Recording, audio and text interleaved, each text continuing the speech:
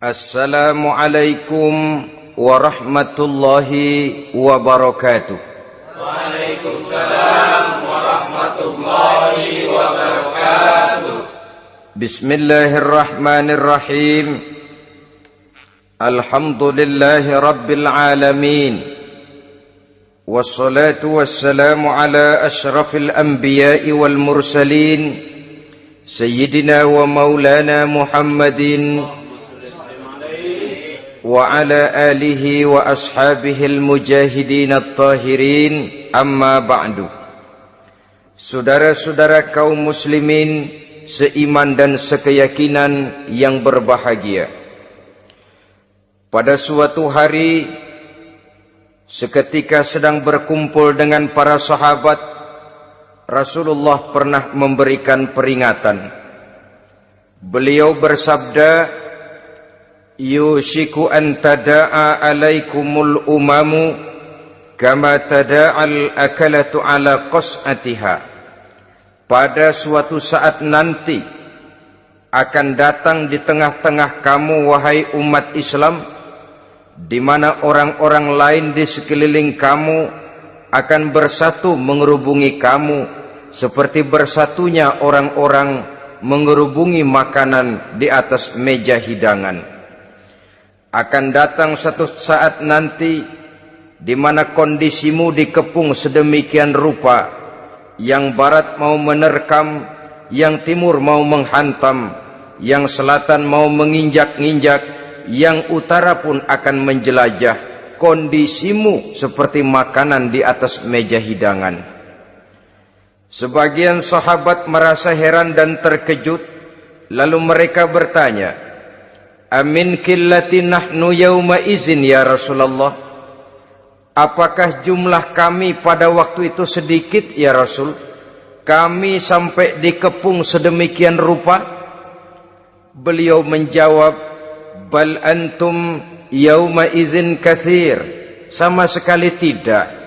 Kamu tidak sedikit pada saat itu. Bahkan jumlahmu sangat banyak. Kamu adalah mayoritas. Walakinnakum ghusa'un ka ghusa'is sail. Tetapi keadaanmu saat itu persis seperti buih di lautan. Banyak tetapi centang perenang. Banyak tetapi tidak punya daya dan kekuatan.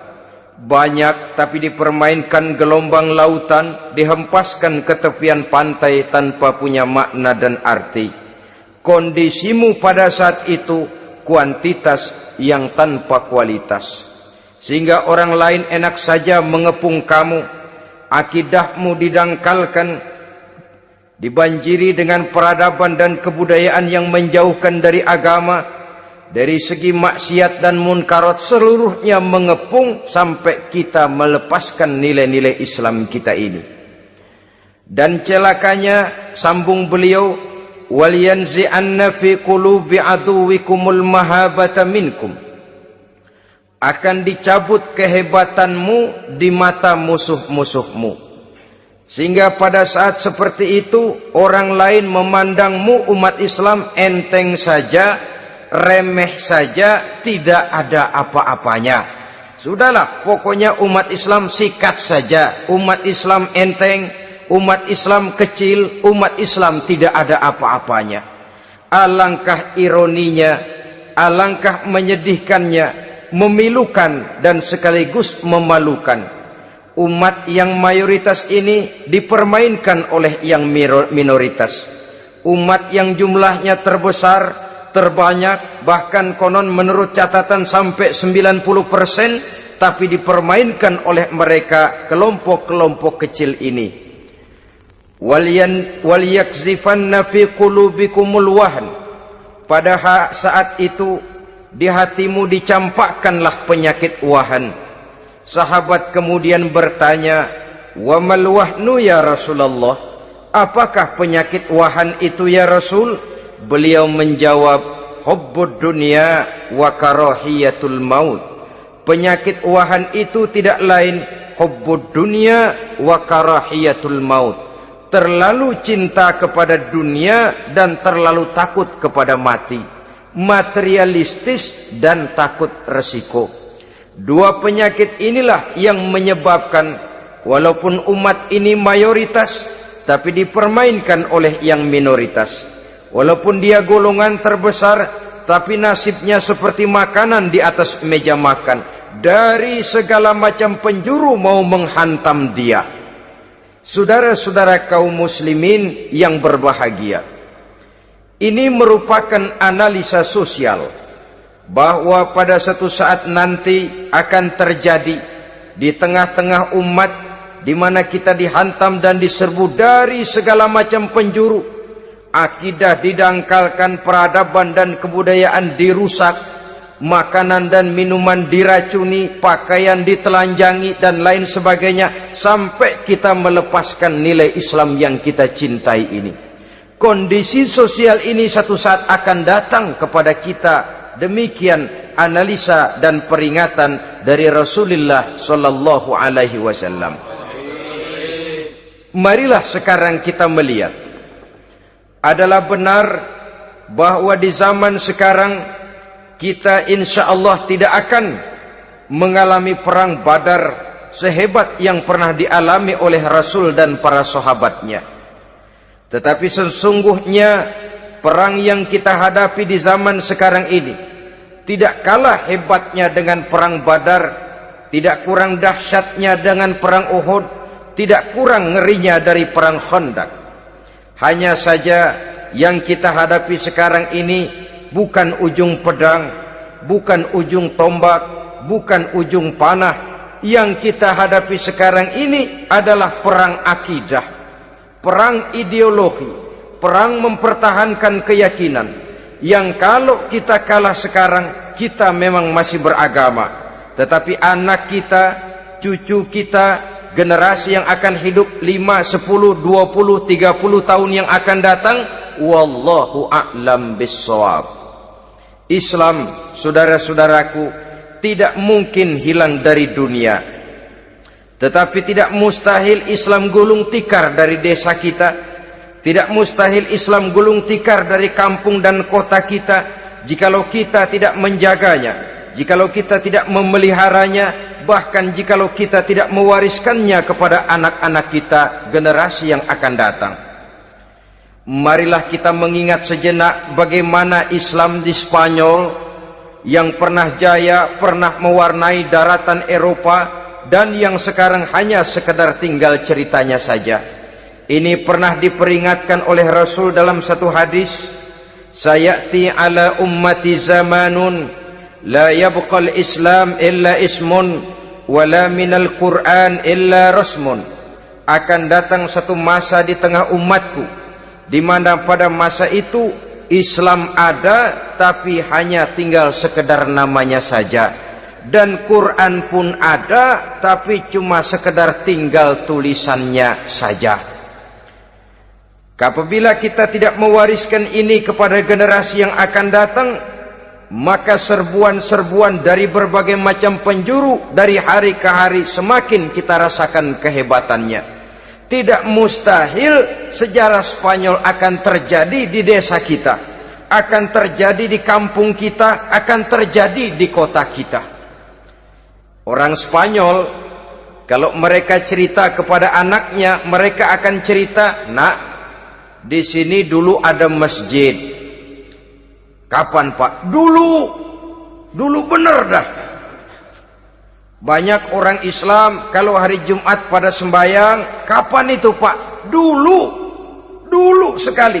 Sekarang cuma sekedar tinggal ceritanya saja. Bukankah sesuatu yang sangat tidak mustahil apabila kita tidak menjaga dan mewariskan Islam ini kepada generasi yang akan datang, maka serbuan-serbuan akan membawakan hasil yang diinginkan oleh para penyerbu itu tadi. Kita sudah menjadi umat yang mayoritas, tetapi umat yang mayoritas ini menurut Rasul dikepung sedemikian rupa, akidahnya didangkalkan, peradaban dan kebudayaannya ditekan sedemikian rupa, kehidupan sosialnya dibuat individualis, kemudian dari segi pergaulan, pakaian, makanan, minuman dan sebagainya diracuni, sampai dia tidak lagi berpegang teguh kepada agamanya. Dan dikala itu hilang kehebatan umat ini di mata musuh-musuhnya. Orang lain memandang kita ringan saja, enteng saja, satu umat yang sudah kehilangan wibawa. Padahal konon kabarnya kita mayoritas, tapi enak saja dikutak-kutik orang lain. Dan dikala itu di hati kita merajalela penyakit uahan. Penyakit uahan itu apa? Pertama, hubbud dunia, terlalu cinta kepada dunia. Terlalu cinta kepada dunia yang menyebabkan kita lupa akan tanggung jawab dan kewajiban, lupa meneruskan dan mewariskan Islam kepada generasi yang akan datang. Kita berlomba hanya untuk mengejar dunia dan seluruh isinya. Baik dia bernama material, baik dia bernama seksual, baik dia bernama pangkat, jabatan dan kedudukan, berlomba-lomba kita di dalamnya. Sampai tercampaklah penyakit hubbud dunia di dalam hati ini. Berurat dan berakar dunia itu, sulit dan berat kita berpisah daripadanya. Akibatnya kemauan untuk berbuat demi dan atas nama agama sangat sulit terwujud di dalam kehidupan ini. Yang kedua, karahiyatul maut, terlalu takut kepada mati. Baik mati ajal, mati dalam artian yang sebenarnya, baik mati usahanya, baik mati karirnya, baik mati pangkat dan jabatannya.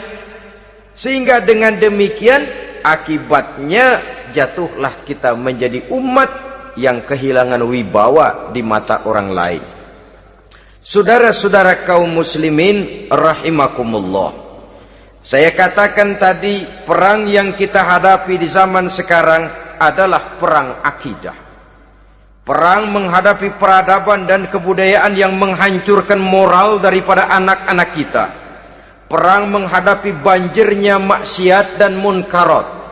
Yang di tengah-tengah itu, di samping berkewajiban menjaga diri dan keluarga, kita pun juga berkewajiban menjaga anak-anak kita, generasi yang akan datang.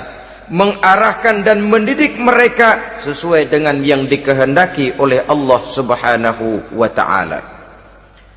Oleh sebab itu, pada pertemuan kali ini yang akan saya bicarakan ialah bagaimana idealnya seorang muslim lebih dahulu memberikan pendidikan kepada anak-anaknya.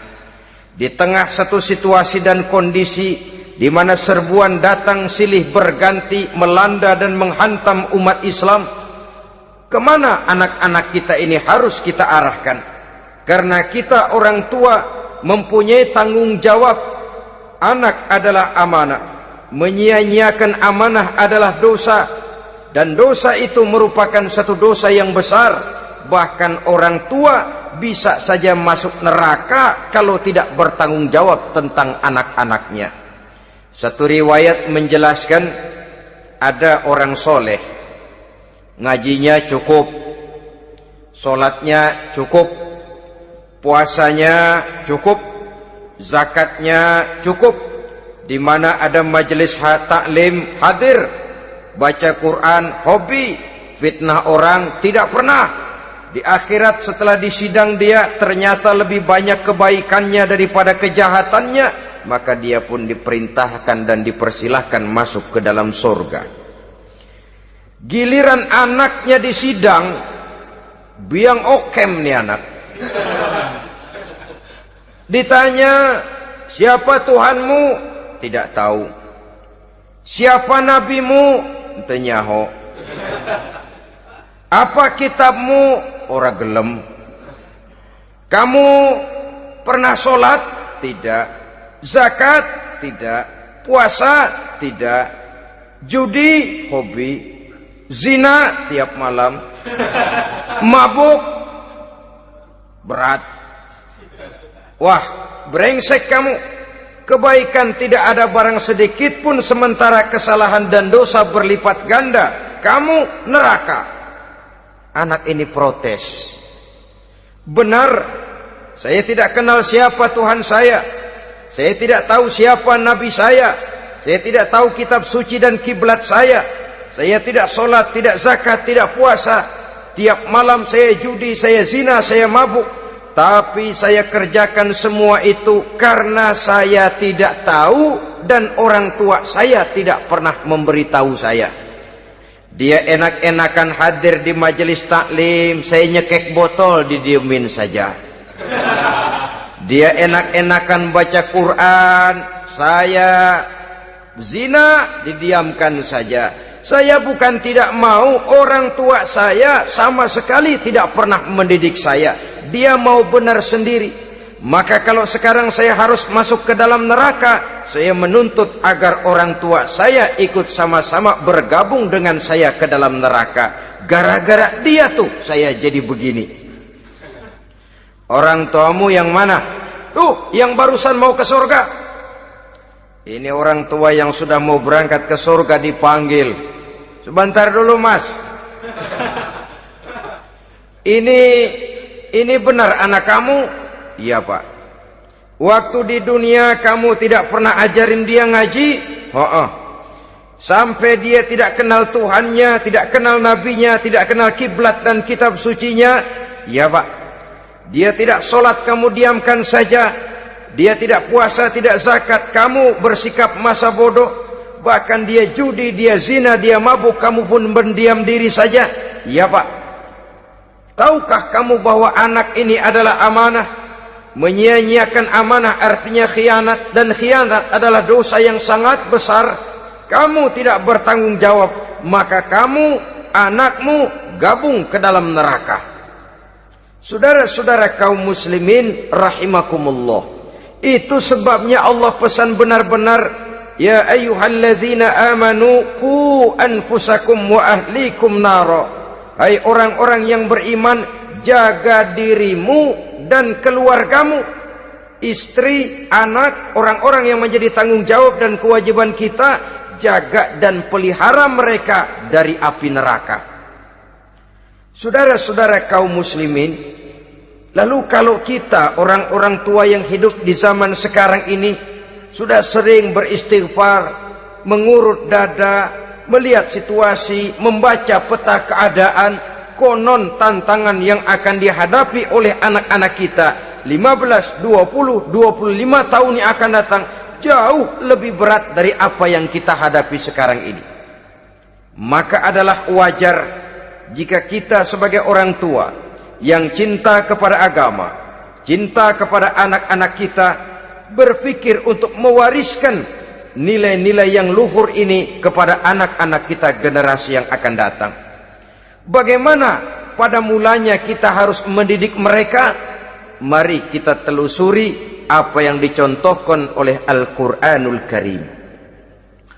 Orang-orang tua bijaksana yang diceritakan dalam Al-Quran, kalau sudah berpikir tentang anak-anaknya generasi yang akan datang, pendidikan pertama yang diberikan kepada anaknya ternyata adalah persoalan akidah. Nabi Ibrahim, pertanyaan yang paling merisaukan beliau buat anak cucunya ialah, ma ta'buduna min ba'di. Saudara bisa lihat surah Al-Baqarah ayat 133. Anak-anakku, kalau pada satu saat nanti aku, ayahmu ini sudah tidak ada lagi, meninggalkan kamu semua, meninggalkan kehidupan dunia ini, ma ta'buduna min ba'di, apa yang akan kamu sembah nak kalau ayah sudah tidak ada lagi? Jikalau ayahmu sekarang masih rajin ke masjid, melakukan rukuk dan sujud, i'tikaf dan membaca Quran, kalau satu saat ayahmu meninggalkan dunia ini, masihkah engkau mau ke dalam masjid? Masihkah engkau rukuk dan sujud? Masihkah engkau i'tikaf? Ma ta'buduna min ba'di, apa yang akan kamu sembah kalau aku ayahmu tidak ada lagi nak? Ditanamkan bukan hanya keyakinan bertauhid, sekaligus juga menyembah kepada Allah yang kita yakinkan dengan tauhid itu tadi. Bukankah berbeda dengan kita kebanyakan orang tua sekarang? Kita tidak pernah berpikir ma ta'buduna min ba'di.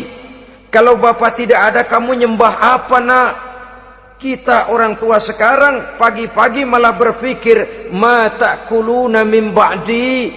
Kalau bapak enggak ada, kamu nanti makan apa nak? Bukan nyembah apa yang kita pertanyakan, bukan nyembah apa yang kita khawatirkan, makan apa nak? Maka yang dicari lalu sekolah-sekolah yang bonafit, yang tidak peduli apakah itu merusak imannya, mematikan akidahnya, menghancurkan keyakinannya. Yang penting ada jaminan hari depan bisa dapat lapangan kerja. Akibatnya berduyun-duyun orang-orang tua muslim menyekolahkan anaknya di sekolah-sekolah yang bukan Islam, yang nyata-nyata membahayakan akidahnya, dididik dengan kultur dan budaya yang bertentangan dengan nilai-nilai agamanya. Bukankah ini berarti merelakan anak untuk dikafirkan? Bukankah ini artinya menyerahkan anak untuk ditulis menurut selera para pendidik yang tidak sesuai dengan nilai akidah yang dimilikinya? Mengapa kita tidak berpikir seperti Nabi Ibrahim, yang sebelum memberikan pendidikan kecerdasan, sebelum pendidikan matematika, IPS, PSPB dan disiplin ilmu lainnya, yang pertama ditanamkan ma ta'buduna min ba'di. Kalau ayahmu tidak ada, kamu menyembah apa nak? Menyembah Allah apa nanti malah menyembah harta? Menyembah Allah apa nanti malah mendewa-dewakan pangkat dan jabatan? Menyembah Allah apa malah nanti menyembah alam? Itu yang dikhawatirkan Nabi Ibrahim kepada generasi yang akan datang. Dan itu saudara-saudara yang seharusnya mengkhawatirkan kita kepada anak-anak kita, generasi yang akan datang. Lihatlah serbuan akidah di zaman sekarang ini. Dimanfaatkan kemiskinan kita umat Islam. Diberikan kita tawaran berupa beras, pakaian, obat-obatan, kalau perlu beasiswa, asal bisa melepaskan keislaman kita ini. Bertahap, sedikit demi sedikit, step by step, shibran bi shibrin wa zira'an bi zira'in. Dan harus saya ingatkan, orang di zaman sekarang tidak mungkin menghantam Islam secara frontal. Tidak mungkin menghantam Islam terang-terangan, apalagi mengerahkan satuan militer. Tidak. Orang berhitung bagaimanapun kondisi dan kualitasnya umat Islam, mereka masih punya satu modal penting, fanatisme agama. Kalau ini disulut, api jihad segera berkobar, dan hanya maut yang bisa menghentikan orang yang dibakar dengan semangat jihad. Orang tahu itu. Betapa Uni Soviet kedodoran menghadapi mujahidin Afghanistan yang disulut oleh semangat jihad yang berkobar dengan persenjataan yang primitif ketimbang persenjataan Uni Soviet. Entah mereka pantang surut mundur ke belakang. Jadi jangan mimpi bahwa orang mau menghantam Islam ini dengan melarang pengajian, meruntuhkan masjid, menyegel pondok pesantren. Tidak. Melarang orang sholat. Tidak. Kalau perlu masjid diperbanyak, musola diperbesar. Tapi bikin itu masjid seperti museum. Besar, megah, mercusuar, tapi bikin seperti museum. Tempat orang kagum, tempat orang memuji, tapi sunyi dari nilai-nilai ibadah. Saudara-saudara kaum muslimin, untuk sampai kepada penghantaman akidah, jalan yang paling mudah dirintis sekarang ini secara bertahap dan sistematis, memisahkan umat Islam dari Islamnya. Biarkan mereka bernama Muslim. Biarkan di atas kartu penduduknya tertulis agama Islam. Tapi tanamkan budaya-budaya yang menyebabkan cara bergaul mereka, cara berumah tangga mereka, cara bertetangga mereka, sampai kepada cara mereka berpakaian, cara mereka bergaul, cara mereka makan dan minum, cara mereka mendidik dan menyekolahkan anak sama sekali tidak lagi mencerminkan nilai-nilai yang islami. Itu sudah satu usaha yang paling praktis, memisahkan umat Islam dengan Islamnya. Kalau sadarlah kita ke arah ini usaha orang di zaman sekarang, maka yang harus pertama kita tanamkan kepada anak-anak kita, didik mereka dengan jiwa tauhid yang mengkristal di dalam batinnya, meresap sampai ke tulang sumsumnya, yang tidak akan sampai pun nyawa berpisah dari badannya, akidah itu tidak akan berpisah dari hatinya. Bahkan dia sanggup dengan tegar berkata, lebih baik saya melarat karena mempertahankan iman daripada hidup mewah dengan menjual akidah. Satu khitah, satu garis kehidupan yang perlu kita wariskan kepada anak-anak kita, generasi yang akan datang. Dahulu ada satu tradisi, saudara-saudara. Kalau anak gadis kita dilamar orang lalu bertanya, anakmu mau ngelamar gadis saya, apa sudah khatam Quran berapa kali? Apa sudah bisa baca kitab macam-macam dan lain sebagainya? Sehingga lahirlah satu kebanggaan. Apapun motifnya, tapi pertanyaan semacam ini zaman sekarang sudah langka. Paling-paling yang ditanya kalau anaknya dilamar orang, anakmu kerja di mana? Gajinya sebulan berapa? Kendaraannya bebek apa soang? Apa-apa? Itu yang kita pertanyakan, berkisar di seputar materi, kerja, job, status sosial, dan lain sebagainya. Perkara bisa baca Quran atau tidak, nomor 18. Perkara sembahyangnya rajin apa tidak, nomor 36. Saudara hadirin, akibatnya terjadi pergeseran nilai. Maka mendidik anak menurut tuntunan Quran adalah seperti yang diberikan contoh oleh Luqmanul Hakim, yang diceritakan dalam surah Luqman mulai ayat 11 dan selanjutnya.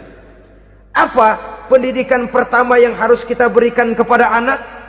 Pertama, ya bunayya la tusyrik billah.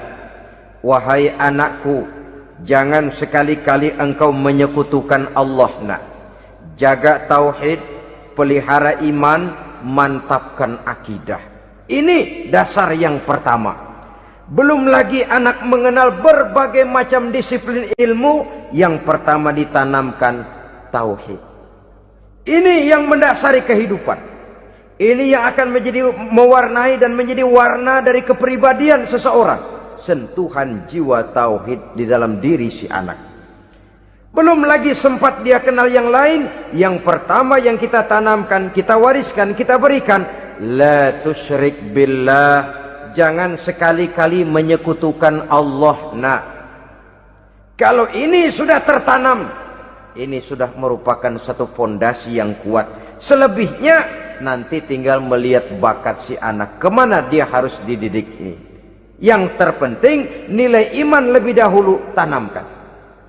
Dan untuk menghancurkan nilai keimanan, saudara-saudara, saya katakan, ingatkan kepada hadis di awal tadi, dikepung kita dari berbagai macam penjuru agar bila bisa melepaskan nilai-nilai iman dan keyakinan. Proses pendangkalan akidah, ditanamkan keraguan kepada agama, ditanamkan rasa malu beragama, sholat malu, baca Quran malu, berangkat ke masjid malu, pakai jilbab malu. Ditanamkan rasa malu beragama, sehingga bertahap sedikit demi sedikit kita mulai berpisah dengan kehidupan beragama. Ditanamkan hal yang sedemikian rupa dari berbagai macam penjuru. Dihantam akidah, akidah kuat, dihantam dari segi peradaban dan kebudayaan. Diperbanyaklah peradaban dan kebudayaan yang bukan mendekatkan kita dengan agama, malah mendekatkan kita dengan neraka. Menjauhkan kita dari agama, menjauhkan kita dari nilai-nilai luhur yang diwariskan oleh orang-orang tua kita terdahulu. Adalah kewajiban kita yang pertama, mendidik anak, menanamkan roh, jiwa dan semangat tauhid di dalam diri mereka. Saudara-saudara kaum muslimin rahimakumullah, kenapa kita lebih dahulukan menanamkan jiwa, roh dan semangat tauhid ini kepada anak-anak kita? Pertama, kita tidak hanya ingin sekedar mempunyai anak yang pintar, tetapi lebih daripada itu kita pun ingin mempunyai anak yang benar. Segala macam disiplin ilmu, segala macam bentuk penalaran ilmiah dan pengisian intelektualitas manusia mungkin di satu sisi akan membuat dia pintar, tapi di sisi lain belum tentu akan membuat dia benar.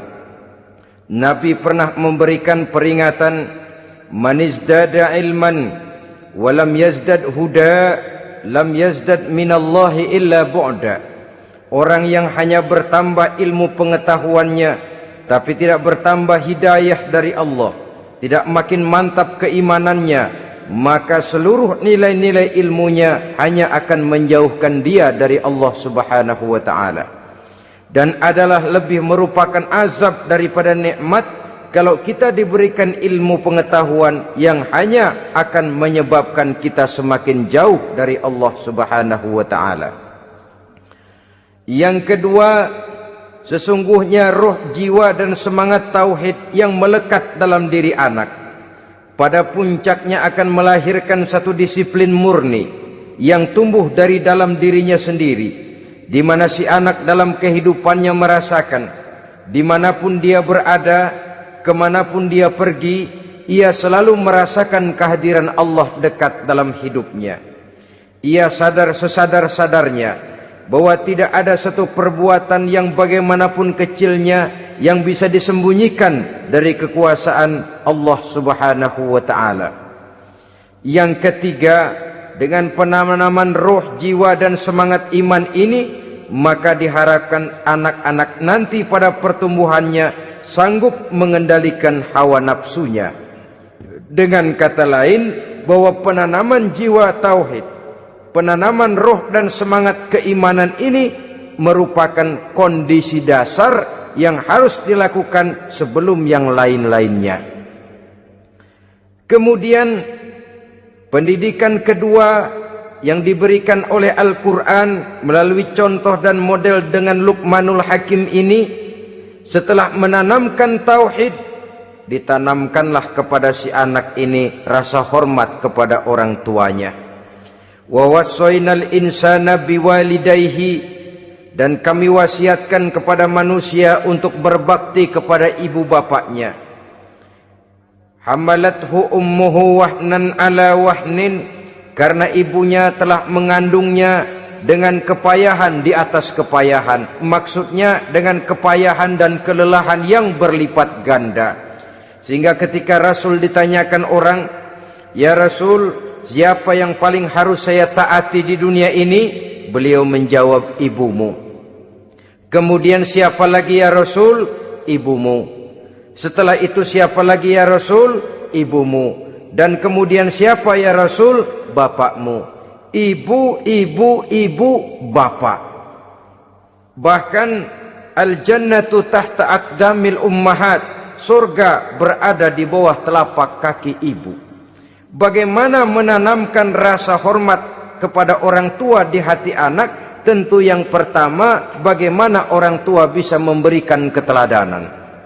Marilah kita sebagai orang-orang tua ini menyadari bahwa sebelum anak kenal sekolah dasar, sebelum anak kenal TK, ibtidaiyah, sanawiyah sampai kepada perguruan tingginya, yang pertama dia kenal adalah lingkungan rumah tangganya, gurunya adalah ibu bapaknya. Di sini berlakulah apa yang dinamakan keteladanan. Keteladanan jauh lebih berhasil daripada sekedar teori-teori yang muluk. Keteladanan jauh lebih berhasil daripada berbagai macam indoktrinasi dan penataran. Kurangnya keteladanan akan menyebabkan anak mencari pola.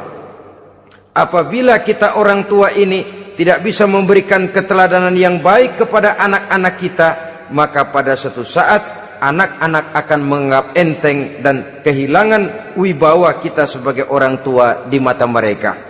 Dikala itu akan sangat sulit kita membentuk kepribadian mereka. Bukankah di zaman sekarang ini kita banyak mengalami krisis wibawa, krisis figur? Ada yang karena rapotnya merah melulu gurunya dikeroyokin, Pak guru pulang sekolah dicegat, bahkan nyaris ada orang tua pernah dibunuh oleh anaknya sendiri, dan lain sebagainya. Kasus-kasus yang sebenarnya tidak perlu terjadi, karena memang bukan saja bertentangan dengan nilai budaya kita sebagai bangsa, tapi juga bertentangan dengan ajaran agama kita sendiri. Krisis wibawa, krisis figur, yang juga akibatnya harus kita sadari banyak faktor yang membentuk kepribadian anak. Pergaulannya, yang dibacanya, yang ditontonnya, yang disaksikannya di dalam kehidupan. Benar kita menyekolahkan mereka, tapi berapa jam mereka di sekolah? 6 jam, 7 jam paling lama. Sedangkan mereka hidup 1 hari 1 malam 24 jam. Kalau cuma 7 jam di sekolah, ini berarti lebih banyak dia di luar sekolah. Dan di luar sekolah itu artinya ya rumah tangganya, ya temannya, ya lingkungan di mana dia tinggal, yang seluruhnya sangat besar pengaruhnya dalam ikut membentuk kepribadian anak-anak kita. Saya katakan tadi, di samping kita menghadapi perang akidah, kita pun berhadapan di dalam perang menghadapi peradaban dan kebudayaan yang bukan saja menjauhkan kita dari agama, tetapi sanggup menghancurkan moral daripada anak-anak kita. Secara pribadi, saudara-saudara, saya iri, saya kagum misalnya dengan kemajuan yang diperoleh oleh negara tetangga kita, Jepang misalnya. Padahal tahun 45 ia pun hancur lebur oleh meledaknya atom di Hiroshima dan Nagasaki. Tapi bagai satu tenaga raksasa kemudian Jepang bangkit menjadi satu negara superpower di Asia. Bahkan gurunya saja Amerika sekarang ini kewalahan menghadapi perang dagang dengan Jepang ini. Dan yang menarik, Jepang bisa maju dan modern dengan tetap menjadi Jepang, tanpa harus kehilangan identitasnya sebagai satu bangsa, tanpa harus kehilangan kepribadiannya sebagai satu bangsa. Sebagai negara yang sedang berkembang, kita sering latah. Kita ingin meniru Barat, tapi bukan teknologinya, westernisasinya yang kita tiru. Bukan isinya, kulitnya yang kita ambil. Akibatnya apa? Modernnya belum, orangnya sudah Barat. Bergaulnya sudah cara Barat, berumah tangganya sudah cara Barat, berpakaiannya sudah cara Barat, mendidik anaknya sudah cara Barat. Di mana ketemu orang tua cukup hello daddy. Kulitnya kita ambil, sementara isinya kita campakkan. Ironi dan menyedihkan. Padahal kita sesungguhnya bisa maju dan modern, bisa mengejar segala ketinggalan dan keterbelakangan kita, dengan tetap menjaga nilai-nilai luhur budaya kita sebagai satu bangsa, mengambil isinya, dan kalau memang tidak perlu, lalu mencampakkan kulitnya. Pengaruh peradaban dan kebudayaan yang menghancurkan moral daripada anak-anak kita oleh pesatnya arus teknologi, oleh pesatnya arus komunikasi, di mana hal-hal yang terjadi di belahan dunia lain dapat kita saksikan hari ini juga melalui layar televisi.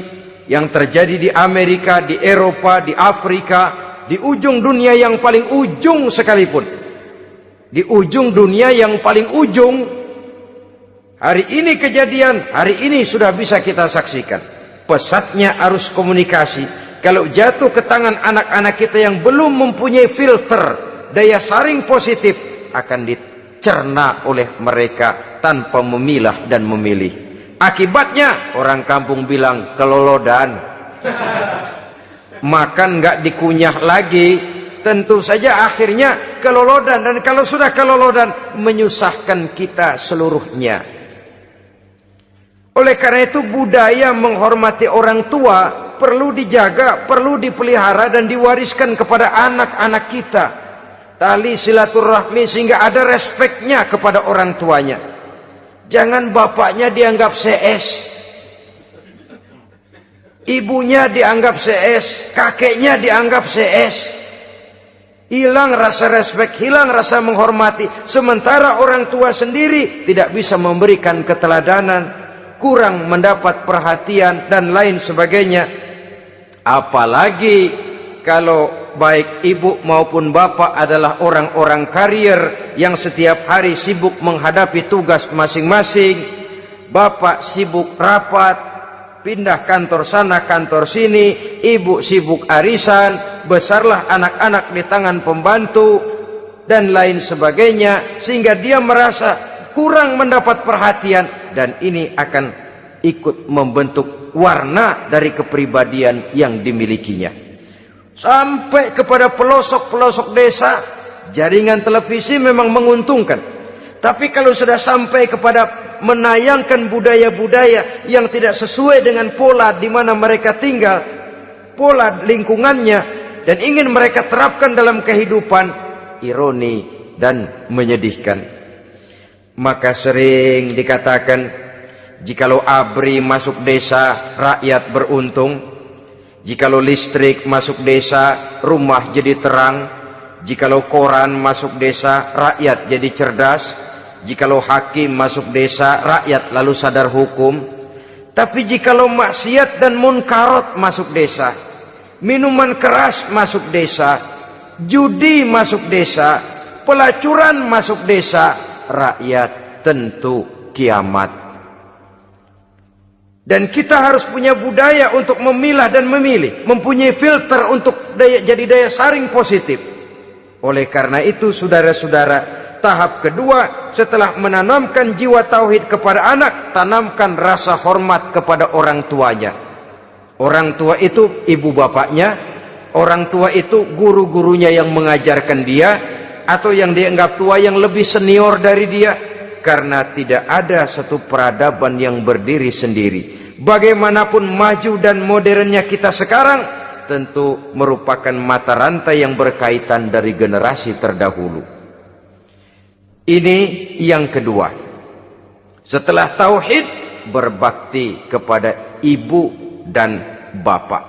Tidak ada satu kebahagiaan yang bisa ditegakkan di dunia ini tanpa doa, tanpa restu daripada ibu dan bapak. Ini keramat hidup. Doanya dikabul Allah dan kutuknya juga dikabul oleh Allah Subhanahu wa taala. Jadi mendidik anak setelah menanamkan jiwa tauhid, menanamkan rasa hormat dan taat berbakti kepada ibu bapaknya. Itu yang kedua. Kemudian yang ketiga, melalui model Luqman, Quran mendorong kita untuk mendidik anak, menanamkan etika otonom. Apa itu? Ya bunayya, innaha in taku mithqala habbatin min khardalin fatakun fi sakhratin aw fis samawati aw fil ardi ya'ti biha Allah. Wahai anakku, sesungguhnya kalau ada satu kebaikan yang kamu kerjakan, kecil, tidak nampak oleh pandangan mata yang zahir, yang kecil itu tersembunyi di puncak langit, di dasar bumi yang paling dalam, atau di tengah batu hitam sekalipun, Allah pasti mengetahuinya dan pasti akan memberikan balasan yang seadil-adilnya. Pendidikan apa ini? Pendidikan moral, menanamkan etika otonom. Nah, kau berbuat baik jangan karena dilihat orang. Kau tidak mau melakukan kejahatan jangan cuma karena ada polisi. Kalau ada polisi kau tidak mau jahat, kucing juga begitu. Coba lihat kucing, taruh ikan asin di piring kaleng, tongkrongin. Aduh, kucing kalem, sopan, tenang. Sedikit kita lengah, habis ikan digarap.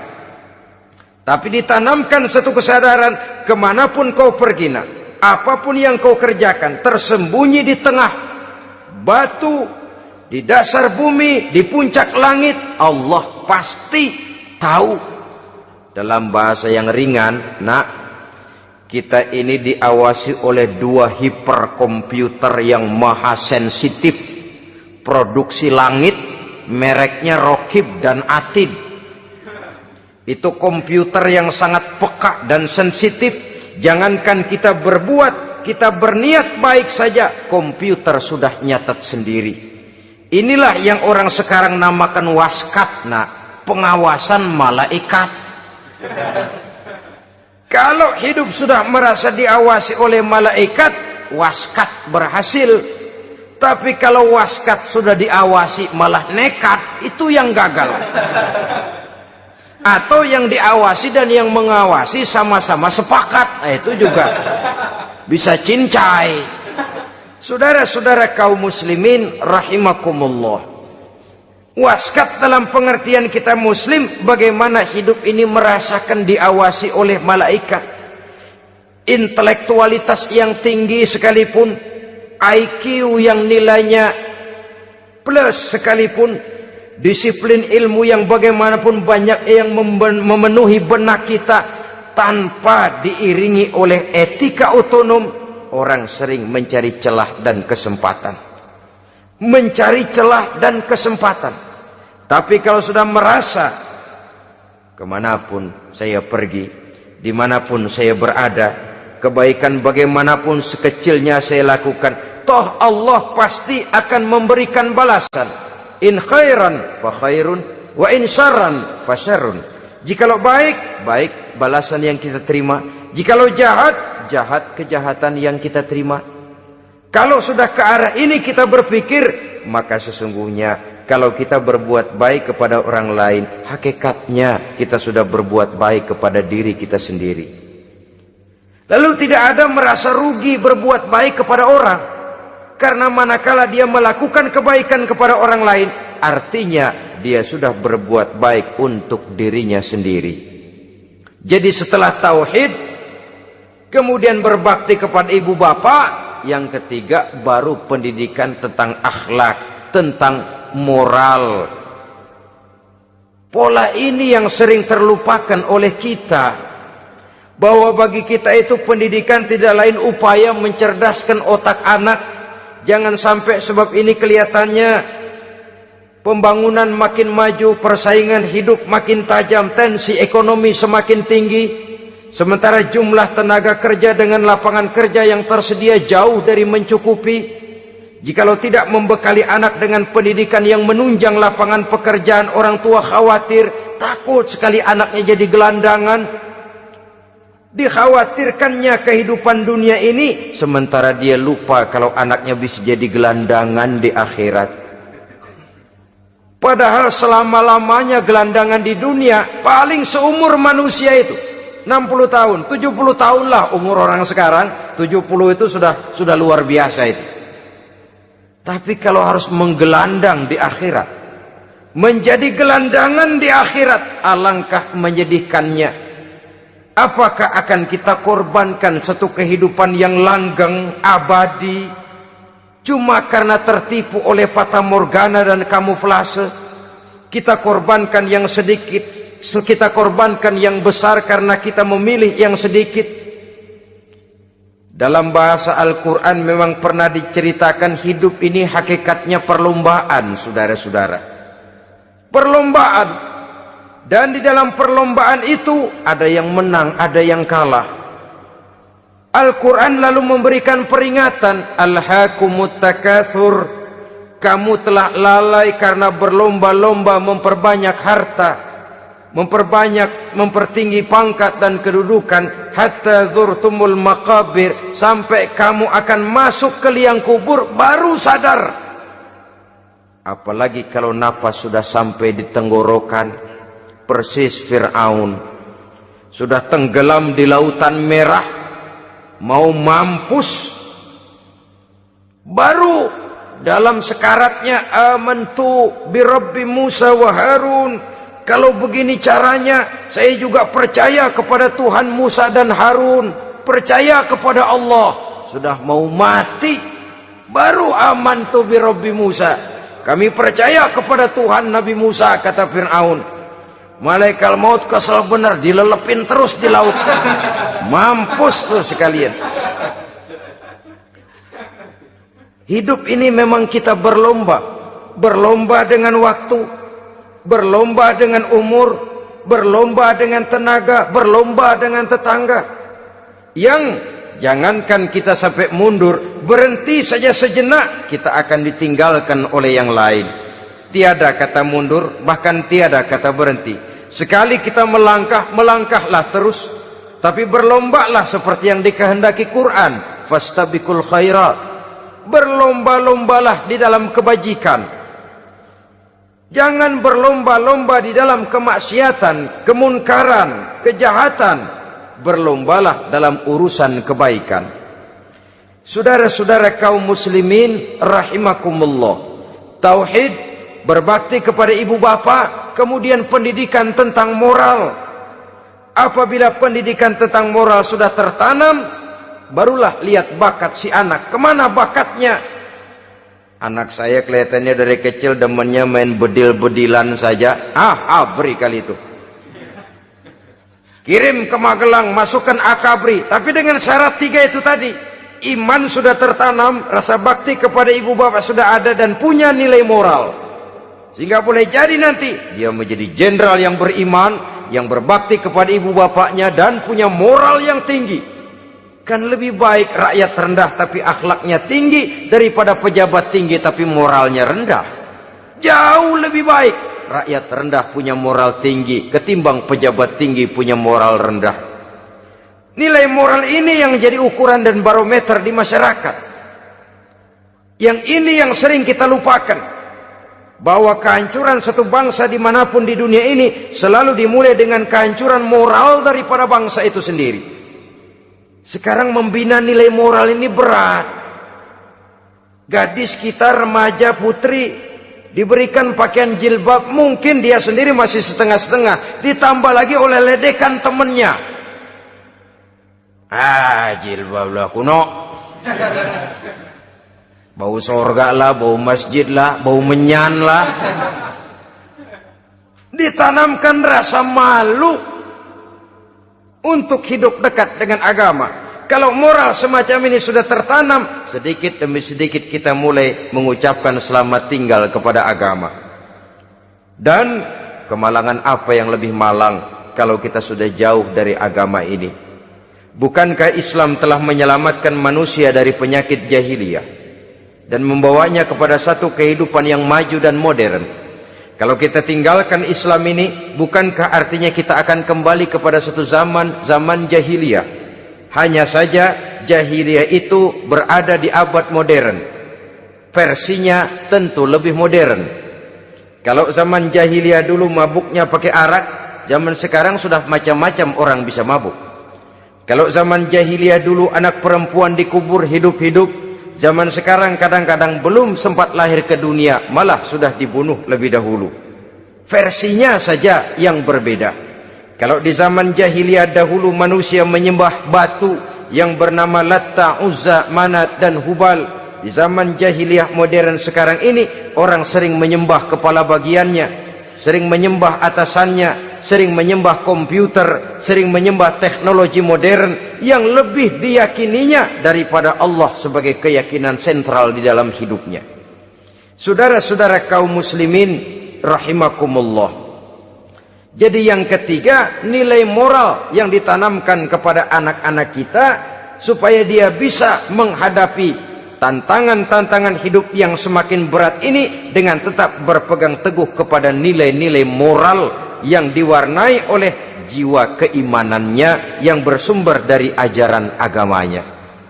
3. Kemudian yang keempat, barulah tatanan kehidupan sehari-hari.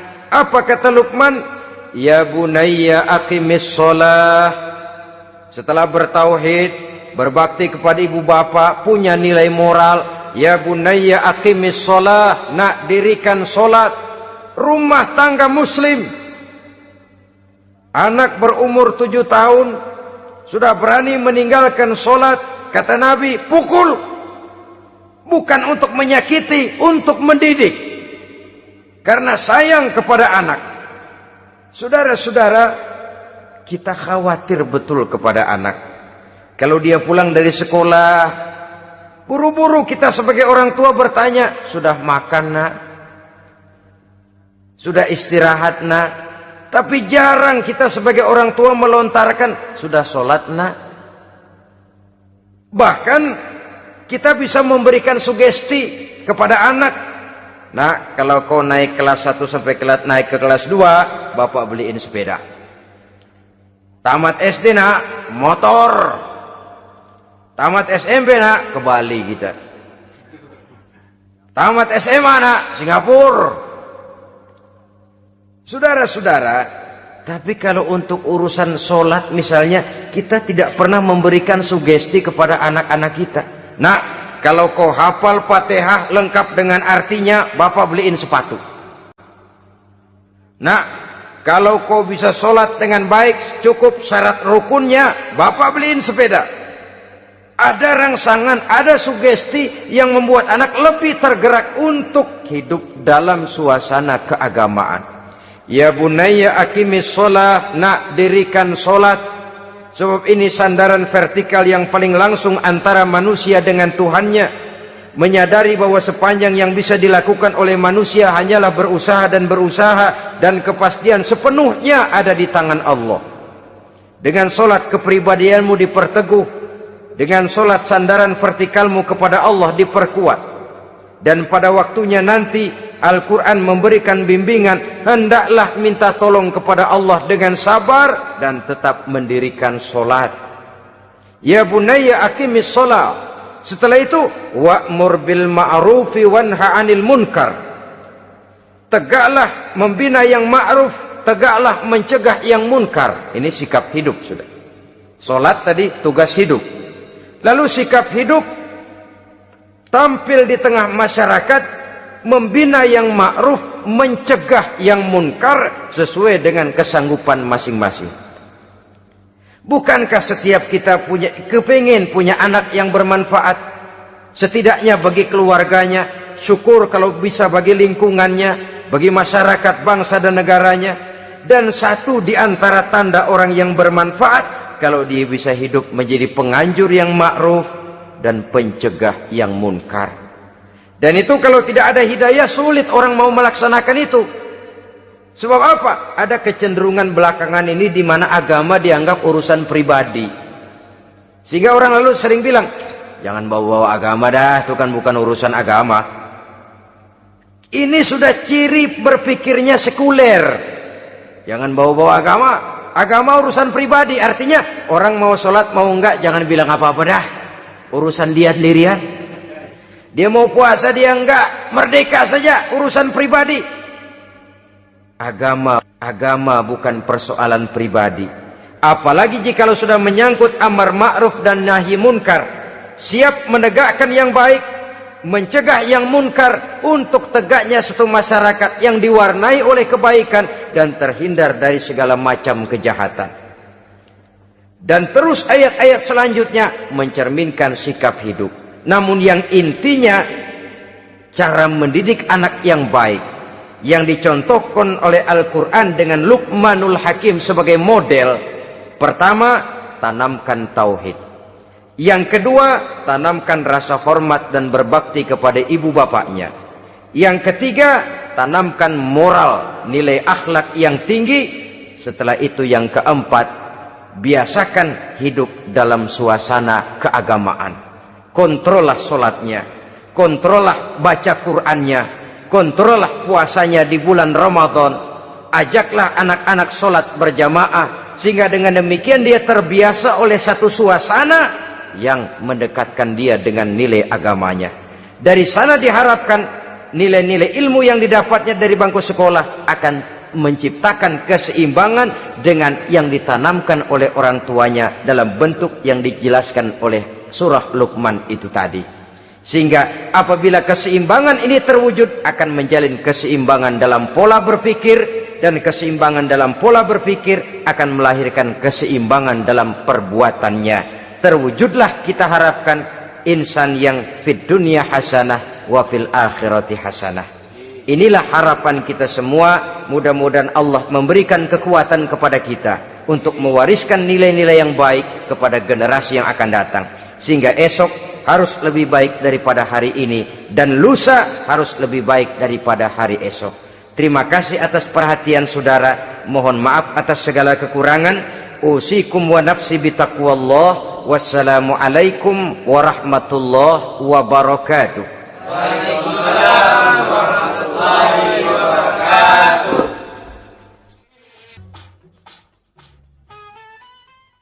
Assalamualaikum warahmatullahi wabarakatuh. Waalaikumsalam warahmatullahi wabarakatuh. Alhamdulillahi rabbil alamin. Wassalatu wassalamu ala ashrafil anbiya'i wal mursalin Sayyidina wa maulana Muhammadin wa ala alihi wa ashabihil mujahidin at-tahirin, amma ba'd. Saudara hadirin kaum muslimin rahimakumullah. Dalam kehidupan sehari-hari kita selalu berhadapan dengan dua hal yang berlawanan, dengan dua hal yang kontroversial kata orang sekarang, yang kita diharuskan memilih satu di antara kedua hal itu. Sejak kita bangun tidur sampai kita tidur lagi, selalu kita hadapi dua persoalan itu, yang benar dan yang salah, yang hak dan yang batil, yang pantas dan yang tercela, yang ma'ruf dan yang munkar. Persis seperti sebaik lagu yang lagi ngepop dan banyak dinyanyikan anak sekarang, madu di tangan kananmu katanya, racun di tangan kirimu. Tapi saya fikir-fikir, bagaimanapun kalau cuma sekedar madu di tangan kanan, racun di tangan kiri, adresnya jelas. Yang repot kalau kita sudah tidak tahu lagi mana yang madu, mana yang racun. Lebih celaka lagi di zaman sekarang, banyak racun mereknya madu. Kita terpedaya, kita terpesona, kita terpukau oleh racun yang bermerek madu ini. Kita minum dia, yang akibatnya rawan di dalam kehidupan kita. Sangat banyak racun-racun yang terpancang di sepanjang perjalanan hidup kita ini. Dan dua di antara racun kehidupan itu akan kita bicarakan pada pertemuan kali ini, yakni arak dan judi, minuman keras dan judi.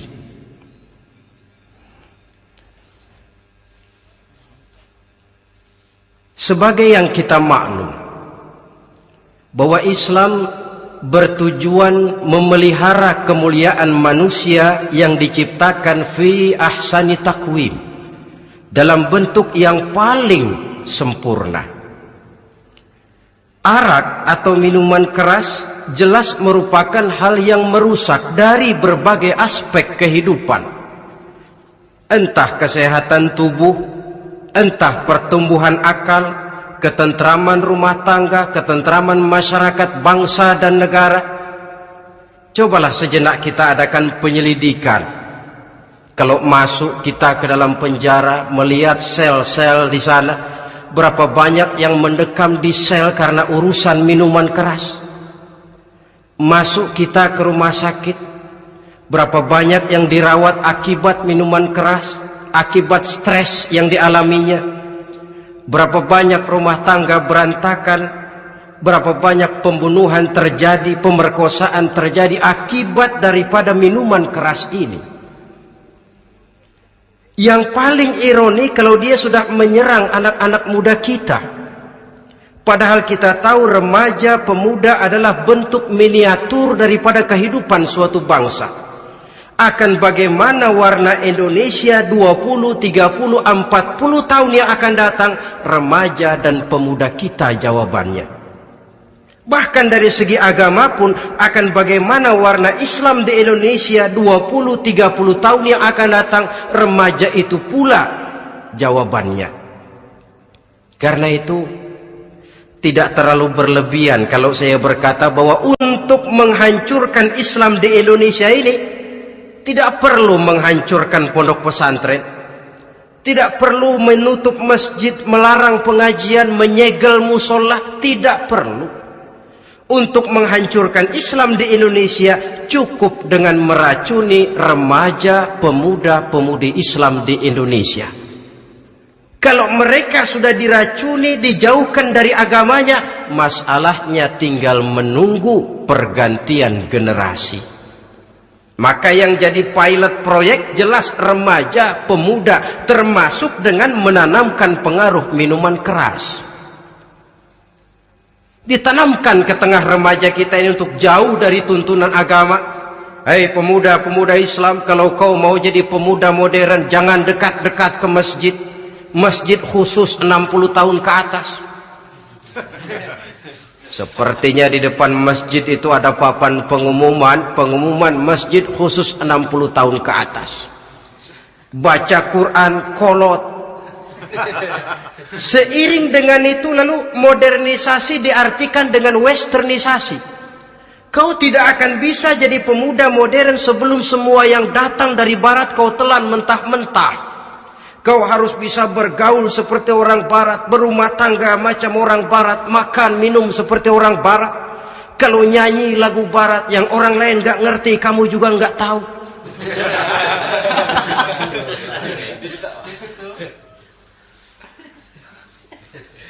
Anutlah itu free love yang pada gilirannya akan mengarah kepada free sex alias samenleven. Isaplah itu ganja, morfin, narkotik. Jikalau sudah terlena kita dengan itu, maka kehancuran suatu bangsa sesungguhnya sudah dimulai. Penyakit minuman keras ini bukan cuma penyakit zaman ini. Masyarakat yang dihadapi oleh Rasulullah Sallallahu Alaihi Wasallam 14 abad yang lalu juga masyarakat yang kemaruk dengan minuman keras. Arab jahiliyah kalau sudah minum arak mabuk, tidak cuma minum, dia mandi pakai arak. Sistem pendidikan yang disampaikan Islam bijaksana. Mula-mula diberikan gambaran bahwa arak itu walaupun ada manfaatnya tapi ada bahayanya, dan bahayanya jauh lebih besar daripada manfaatnya. Tahap kedua diberikan pesan jangan mendekati solat dalam keadaan mabuk. Padahal solat 1 hari 1 malam 5 kali, artinya makin jauh saja dia dari arak itu. Pada saat kondisi iman sudah memungkinkan, barulah turun vonis bahwa arak itu najis, perbuatan setan, jauhi. Yang ironi yang saya katakan tadi, racun mereknya madu. Kadang-kadang kita dibuai dengan iklan yang tidak mendidik. Saya pernah lihat ada iklan misalnya, Anda ingin modern, majulah bersama minuman ini. Atau minuman ini lambang pergaulan dunia yang maju. Modern diukur dari minuman. Yang jadi korban akhirnya remaja dan pemuda-pemudi kita. Saya teringat satu analisa dari Rasulullah Sallallahu Alaihi Wasallam. Beliau bersabda, Inna min asratis sa'ah, sesungguhnya di antara tanda-tanda kiamat. Apa kiamat itu?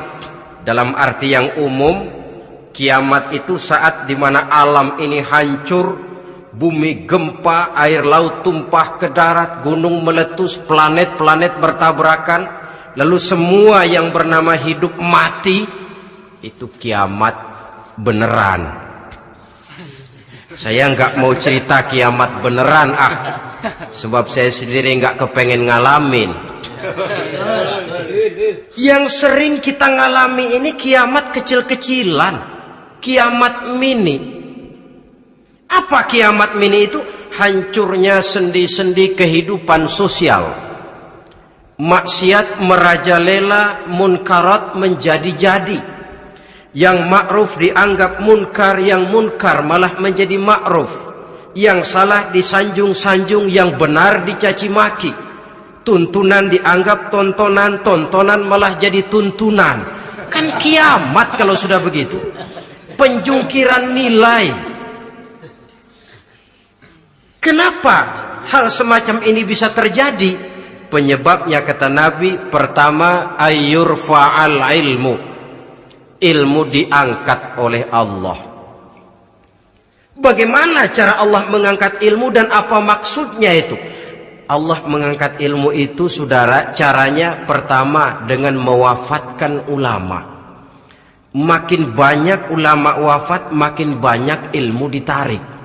Yang kedua, kurangnya minat orang untuk belajar agama. Kalau sudah klop macam itu, artinya agama sudah disudutkan ke pojok-pojok kehidupan. Agama cuma sekedar tinggal dekorasi. Agama cuma seminar, cuma kongres, cuma muktamar. Tapi bahwa agama merupakan realita dalam kehidupan, itu tidak pernah terwujud. Kalau ulama sudah tiada, minat orang belajar agama berkurang, maka ajaran Allah tidak lagi didengungkan orang. Dikala itu, wa yudharul jahlu, akan muncullah kebodohan. Nampak kebodohan di mana-mana. Muncul permissive society, masyarakat yang merasa boleh hidup dengan kaedah serba boleh. Tidak ada halal, tidak ada haram. Tidak ada hak, tidak ada batil, semuanya serba boleh. Kalau sudah begitu kondisi masyarakat, terjadilah apa yang dianalisa oleh Nabi. Dikala itu, wayabsu zina, zina dikerjakan berterang-terangan. Orang sudah tidak punya malu. Hidupnya sudah pakai prinsip punya kuping, kuping kebo. Punya muka, muka tembok. Punya kulit, kulit badak.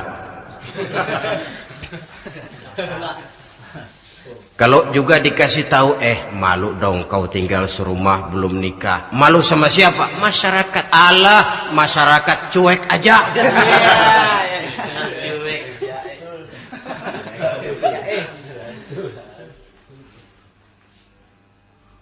Bukankah realita kalau kita ikuti surat-surat kabar, berapa banyak sudah gadis-gadis bergelimpangan jadi korban? Berapa banyak bayi-bayi yang lahir ke alam ini tanpa harus tahu kemana dia mesti manggil bapak, yang akhirnya mengalami keterakisan, dimasukkan ke dalam kantong plastik, dibuang ke tempat sampah. Kalau itu sudah terwujud, muncul efek negatif yang kedua, wa yushrabal khamr, arak, minuman keras jadi kebanggaan. Anak muda belum nyohor kalau belum bisa mabuk. Yang enggak mabuk dianggap kolot. Kampungan loh. Bikin malu baru kena segelas saja udah miring. Cengeng. Temen kita hebat sampai nyungsep di got. Yang nyungsep hebat. Ya, kalau cuma yang hancur kehidupan pribadi. Tapi kalau sudah menyangkut masa depan, yang berarti masa depan suatu generasi adalah merupakan masa depan daripada suatu bangsa. Begitu kerasnya Islam ini melarang minuman keras, sampai bukan cuma sekedar meminumnya saja yang diharamkan, tetapi juga dilarang mengimportnya, memproduksinya, membuka warung yang menjual minuman keras, atau bekerja di tempat penjualan minuman keras. Ada juga yang nyerempet-nyerempet, Pak, kalau sedikit kan nggak apa-apa, nggak mabuk ini. Nah, saya ingatkan hadis Nabi diriwayatkan oleh Imam Ahmad, Abu Daud dan Turmuzi. Nabi bersabda, ma askara kathiruhu faqaliluhu haramun. Apa yang banyaknya menyebabkan mabuk, sedikitnya pun tetap haram hukumnya. memang barangkali mungkin ada manfaatnya, tetapi bahayanya jelas lebih besar ketimbang manfaat yang bisa timbul daripada jenis minuman keras itu sendiri. Dalam hadis lain Nabi pesankan, man kana yu'minu billahi wal yaumil akhir fala yaq'udu ala ma'idatin taduru 'alaiha al-khamru. Siapa yang beriman kepada Allah dan beriman kepada hari akhirat, jangan dia duduk di dalam satu pertemuan yang di dalam pertemuan itu diedarkan minuman keras. Masuk ke dalam lingkungan macam itu saja tidak diperkenankan. Kenapa? Asyariku fi syarri syarrun. Bersekutu dengan kejahatan, jahat juga hukumnya. Semalam kamu mabuk ya? Enggak, temen. Saya cuma ngebeliin aja kok. Apalagi ngebeliin.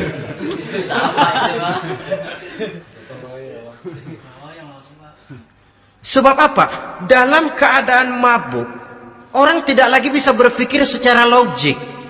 Daya kontrol hilang, artinya perbuatan sudah tidak terkontrol lagi. Yang pertama. Yang kedua, IQ tidak akan tumbuh dan berkembang secara normal seperti yang kita harapkan. Yang ketiga, harga diri akan runtuh hancur di tengah masyarakat. Bayangkan kalau tengah malam kita digotong orang, diantar ke rumah kita. Dengan kondisi macam itu masih punya muka kita untuk tegak di tengah masyarakat. Masih punya harapan kita untuk tumbuh menjadi pemimpin, sementara orang terkenang, ini kan yang kemarin malam gua gotong, dia lagi mabuk. Harga diri, kepribadian. Jangan lupa saudara, kita hidup di tengah masyarakat. Masyarakat itu punya hukum yang tidak tertulis, tapi lebih kuat dan lebih kejam daripada hukum tertulis. Orang bilang, sekali arang tercoreng di dahi, seumur hidup orang akan tetap ingat. Makanya Rasulullah dalam hadis memberikan tamsil untuk adik-adik remaja muslim ini, masalul mu'min kamasalin nahli. Perumpamaan orang yang beriman itu persis seperti tawon. Mentalitas orang mukmin persis tawon. Apa mentalitas tawon? Kalau kita ngaji bab tawon, kita renungi apa keistimewaan tawon. Saya lihat-lihat, ternyata tawon itu punya 4 keistimewaan. Pertama, tawon itu yang dihisap selalu saripati bunga. Bagus makanannya. Belum pernah tawon keliru makan. Saya belum pernah dengar kok ada tawon makan tahu.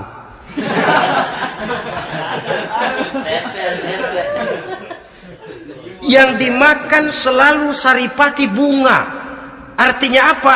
Orang mukmin perutnya itu perut selektif. Yang dimakan yang baik-baik, yang diminum yang baik-baik. Yang baik menurut agama itu adalah yang halal, thayyibat. Perutnya selektif, bukan perut asbak. Kalau asbak puntung apa saja masuk ke dalamnya. Tapi mukmin perutnya ini selektif. Daging kambing masuk, tahu masuk, kangkung masuk, kodok minggir, air kelapa minum, kopi minum. Tapi kalau sudah berbau minuman keras, minggir. Sebab apa? Makanan dan minuman yang kita masukkan ke dalam perut besar ini akan digiling dalam perut besar, akan melahirkan energi, menggerakkan sel-sel pembuluh saraf. Kalau makanan dan minuman itu terdiri dari yang haram, energi yang ditimbulkan olehnya energi yang haram, mempengaruhi sel-sel pembuluh saraf. Orang akan cenderung berpikir yang haram kalau terlalu sering memakan makanan haram. Kalau sudah berpikir kepada yang haram, perbuatan pun akan mengarah kepada yang haram juga. Contoh kecil aja dah. Ada nggak maling mikirin majelis taklim? Karena Karena yang dimakan lebih banyak yang haram, yang dipikir paling-paling nanti malam rumah siapa lagi nih ya. Sudah mengarah ke sana.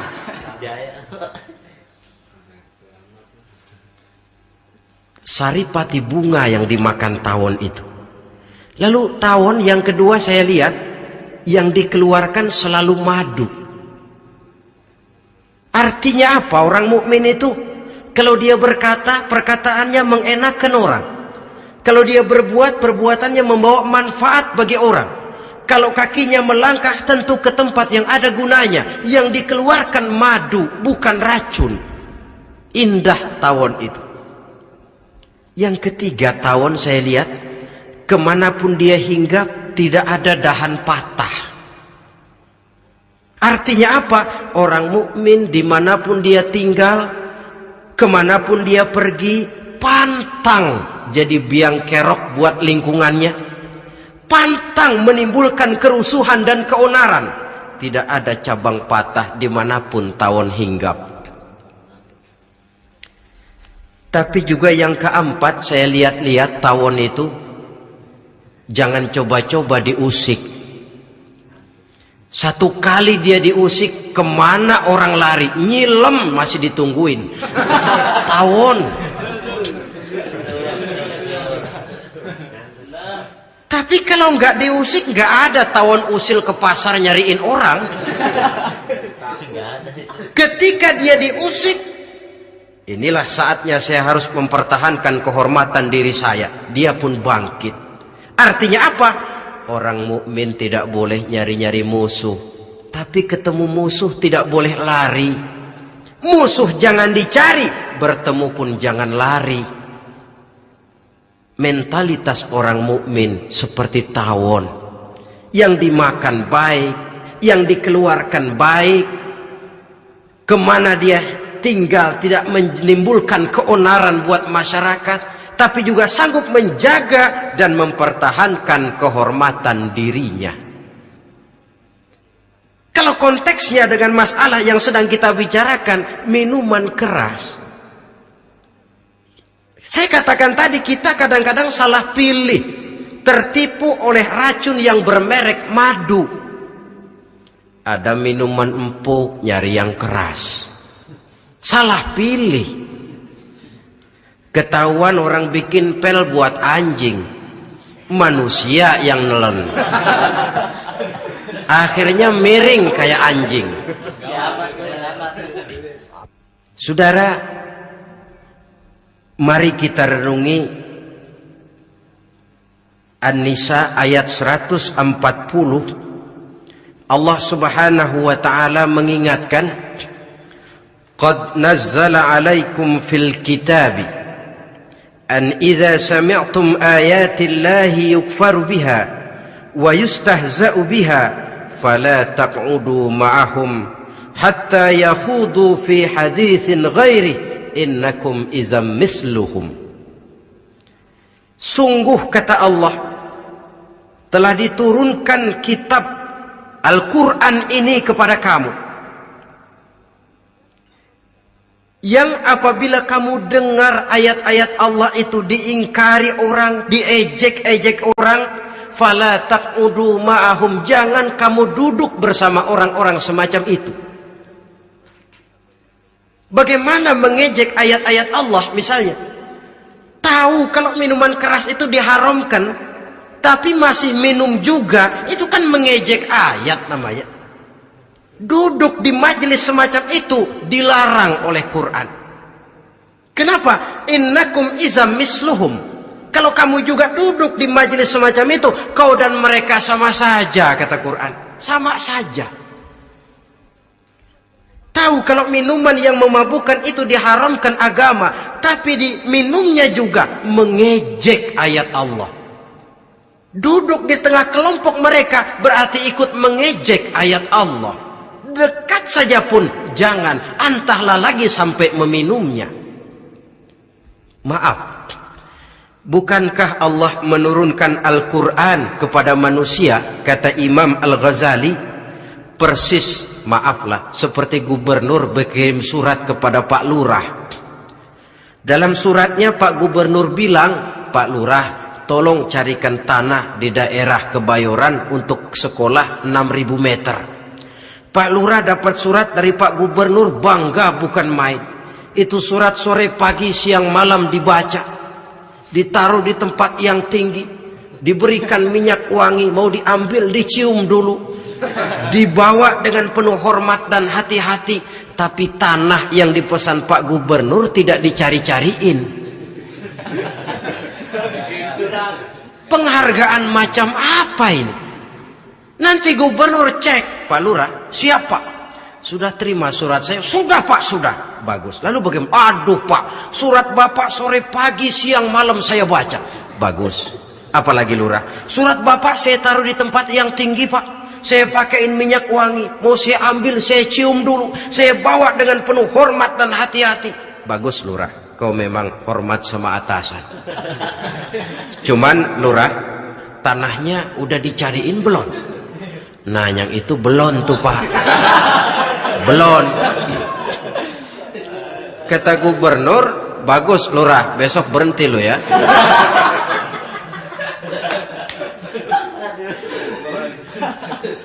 Membacanya memang penting, al-muta'abbad bitilawatihi, beribadah dari sebab membacanya. Tapi setelah kita baca, kita tahu isinya, what next? Mau apa kita dengan isinya itu? Jangan yang kita baca kita injak-injak. Itulah ironinya, bagaimana Quran itu mau membawa keberkahan dalam hidup ini. Kalau yang kita baca sering kita injak-injak. Dalam kehidupan kita baca ayat, wa ahallallahul bai'a wa harramar riba. Allah halalkan jual beli, Allah haramkan riba, tapi renten ditelan terus.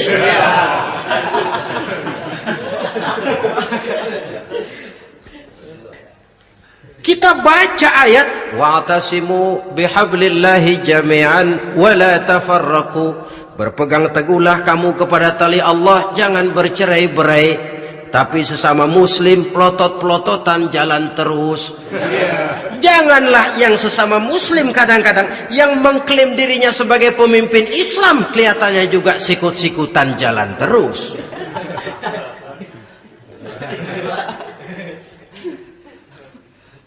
Sehingga tidak heran kalau orang bilang di bawah ngamalin ayat kursi, sudah sampai di atas ayat hilang, tinggal kursi saja yang diamalin. Ironi dan menyedihkan. Perjalanan panjang memang saatnya kita menunggal dengan Al-Quran ini. Tetapi prosesnya memang harus kita mulai dari sekarang. Perkara kapan proses ini selesai, itu bukan masalah kita. Tapi bahwa kita sudah memulai suatu proses, itulah yang diharapkan. Hadirin yang saya hormati, oleh karena kerasnya peringatan Islam terhadap minuman keras, pernah satu hari seorang lapor kepada Khalifah Umar bin Abdul Aziz bahwa ada sekelompok orang berkumpul meminum minuman keras. Kata Khalifah Umar bin Abdul Aziz, dera mereka, hukum, cepat. Ya Khalifah, kenapa? Di tengah mereka ada juga orang yang Ramadan biasa puasa. Begitu, iya, yang biasa puasa duluan hukum. Kenapa? Mengerti memang lebih besar resikonya daripada tidak mengerti. Kalau yang tidak mengerti dilatar belakangi oleh kebodohan, barangkali masih bisa ditolerir, masih bisa dimaklumi. Ini toh sudah tahu mau puasa, kenapa berkumpul di majelis yang ada minuman keras? Tapi memang kelompok ini kan memang selalu ada. Kita lihat dalam masyarakat itu kan ada 4 kelas itu. Pertama, ada orang yang tahu perintah dan tahu larangan. Ini the first class, kelompok terbaik. Perintah tahu, dia kerjakan. Larangan tahu, dia jauhi. Ini orang terbaik. Yang kedua, ada orang tahu perintah tapi tidak tahu larangan. Perintah tahu, larangan tidak tahu. Sholat mau, puasa mau, zakat fitrah bayar, nyolong mau, mabuk ayo. Perintah tahu tapi larangan tidak tahu, akhirnya semua dikerjain. Barangkali yang rada bingung malaikat bagaimana nyatatnya ini. Kotor absen. Gelas yang ada di hadapan saya ini, kalau semua diisi air putih macam ini, kan jelas bisa diminum orang. Kalau semua diisi bensin, jelas bisa diminum motor. Tapi kalau separuh diisi air putih, separuh diisi bensin, kacau. Kalau gelas yang ada di hadapan saya ini sepenuhnya diisi air putih, jelas bisa diminum orang. Kalau sepenuhnya diisi bensin, juga jelas bisa diminum motor. Yang repot kalau separuh diisi air putih, separuh diisi bensin. Kacau statusnya. Orang minum mabuk, motor minum pun mogok.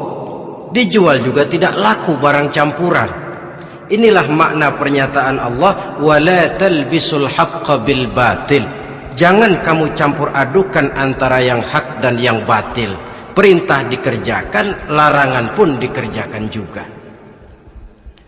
Kelompok ketiga, ada pula manusia yang tahu larangan tapi tidak tahu perintah.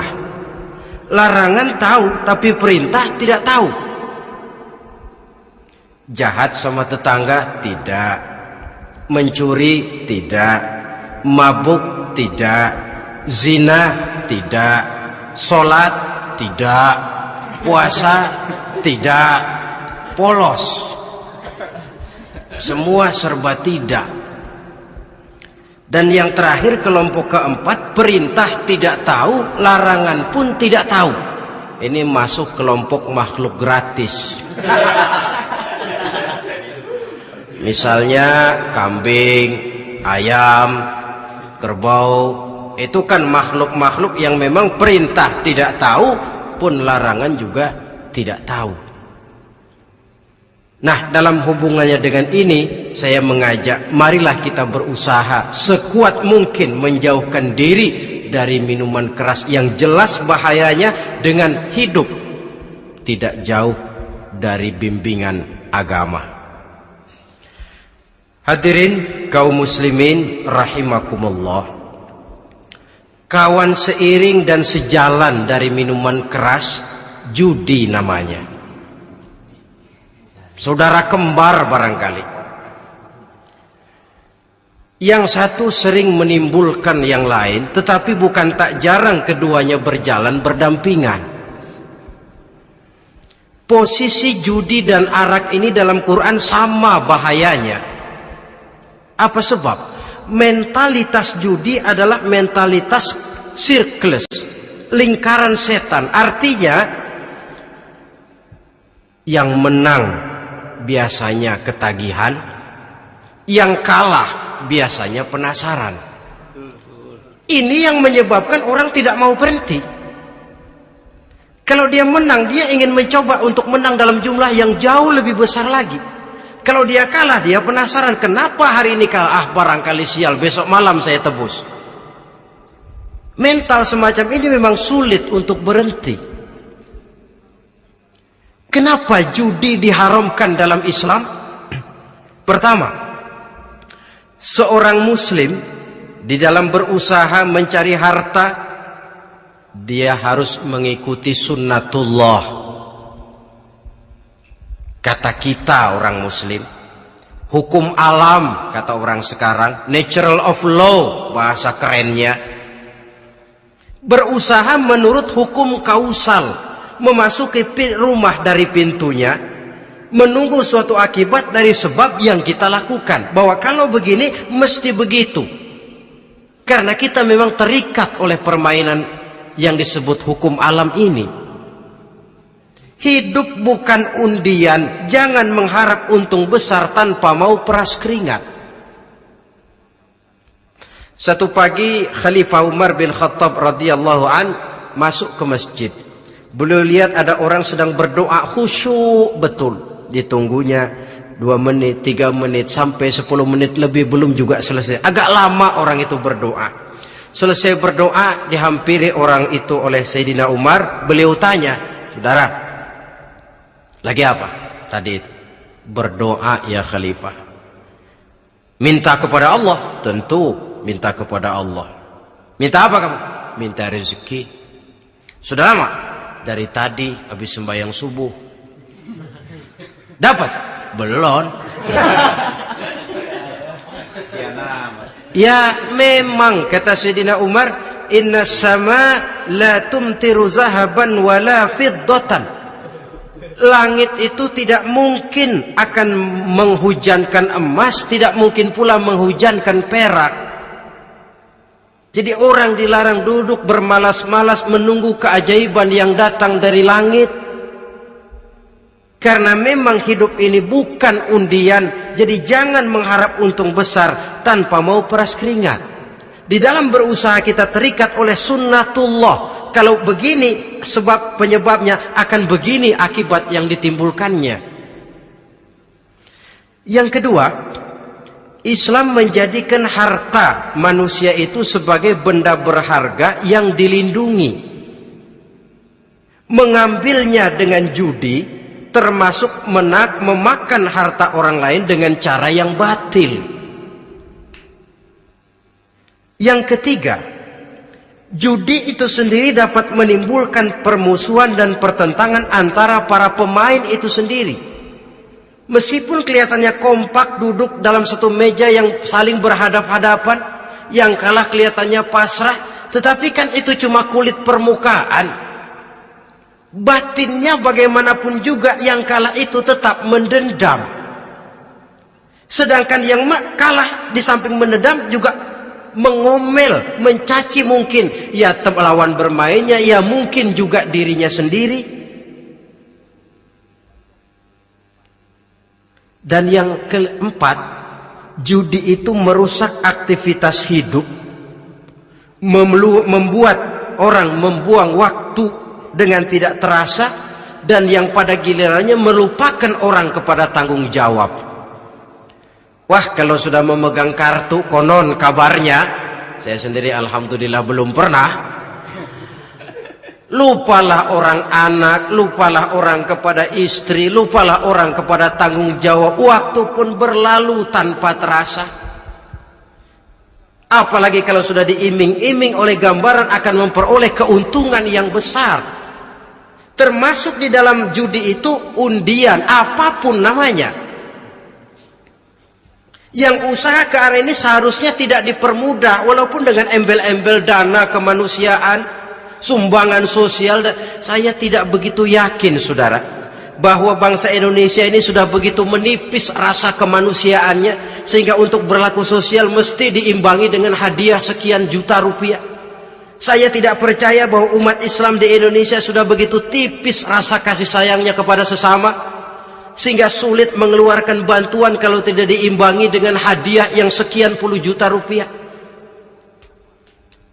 Yang saya khawatir apa? Pada gilirannya di negeri ini akan makin banyak penghayal-penghayal kelas berat, tukang-tukang lamun kelas tinggi, yang hidup cuma ngumpulin jikalau. Jikalau, andai kata, umpama misalnya, orang sudah kemana-mana kita masih menghitung jikalau.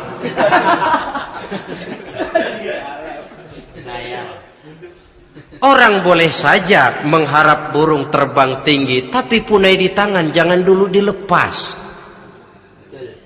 Artinya idealisme silahkan terbang setinggi langit, tapi kaki harus tetap berpijak di alam realita. Bahwa memang lebih baik makan singkong dalam kenyataan daripada makan roti tapi ngimpi.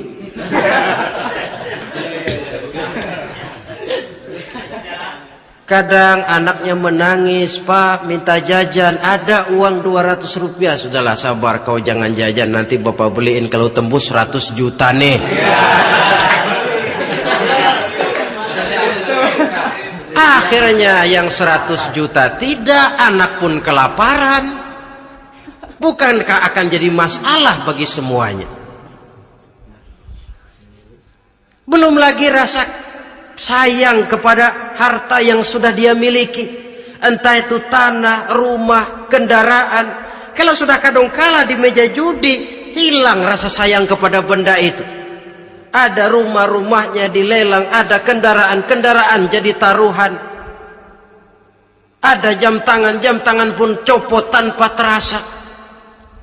Maka berapa banyak rumah tangga berantakan, istri minta cerai, orang jadi nekat merampok, orang jadi nekat mencuri, korupsi kalau dia pejabat. Akibat apa ini? Pengaruh yang namanya judi. Saudara kaum muslimin, ma'asyiral muslimin rahimakumullah.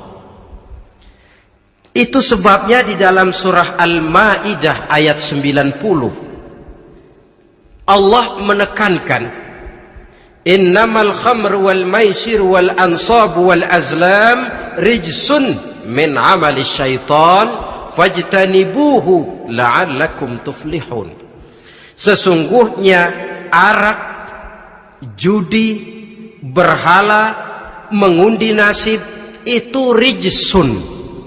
Ya Allah, jarang benar Quran menggunakan kalimat rijsun. Rijsun ini sudah merupakan puncak kekotoran. Bapak moyangnya najis, itu rijsun. Rijsun, kotor. Sudah kotor ditambah pula min amali syaitan, pekerjaan setan. Fajtanibuhu, jauhi. Jangan sampai main, dekat saja tidak boleh, jauhi. La'allakum tuflihun, jikalau kamu mau menjadi orang-orang yang beruntung. Sejarah tidak pernah mencatat ada orang jadi miliuner karena judi. Sejak David Rockefeller sampai Aristotle Onassis, orang-orang kaya top di dunia, mereka kaya bukan karena judi, tapi karena kemauan peras keringat, banting tulang, mau memulai sesuatu dari kenyataan yang real di depan mata. Sebab apa? Hidup ini memang perjuangan. Janganlah kita ingin hidup dengan satu prestasi, ingin tetap hidup seperti apa adanya sekarang ini saja, toh kita harus berjuang. Apalagi ingin hidup lebih baik, lebih terhormat, lebih mudah. Hidup perjuangan. Perjuangan berarti pengorbanan. Berani hidup artinya berani berjuang. Berani berjuang maksudnya rela berkorban. Takut berkorban, jangan berjuang. Tidak mau berjuang, berhenti hidup. Itu logika. Dan bagaimanapun saya yakin lebih baik berkorban daripada menjadi korban. Kalau sekarang kita berkorban, peras keringat, banting tulang, berusaha secara sunnatullah untuk menghidupi anak, istri, keluarga, pada satu saat kita tidak akan menjadi korban kebrutalan anak-anak kita sendiri kalau mereka dibesarkan dan tumbuh berkembang oleh hasil yang diperoleh dari meja judi. Ayat 91 Al-Maidah ini lebih memperkuat lagi. Kalau itu arak, judi, berhala, mengundi nasib adalah perbuatan setan, sebenarnya setan mau apa sih? Ayat 91 menegaskan, innama yuridu syaitanu ayyuqi'a bainakumul adawata wal baghdha'a fil khamri wal maisir. Yang dimaui setan itu tidak lain supaya dengan arak dan dengan judi timbul rasa permusuhan, sikap memusuhi, saling marah di antara kamu. Coba, biasanya dalam meja judi sudah loyo, waktu juga sudah berlarut-larut. Yang menang mau berhenti, apa yang kata yang kalah?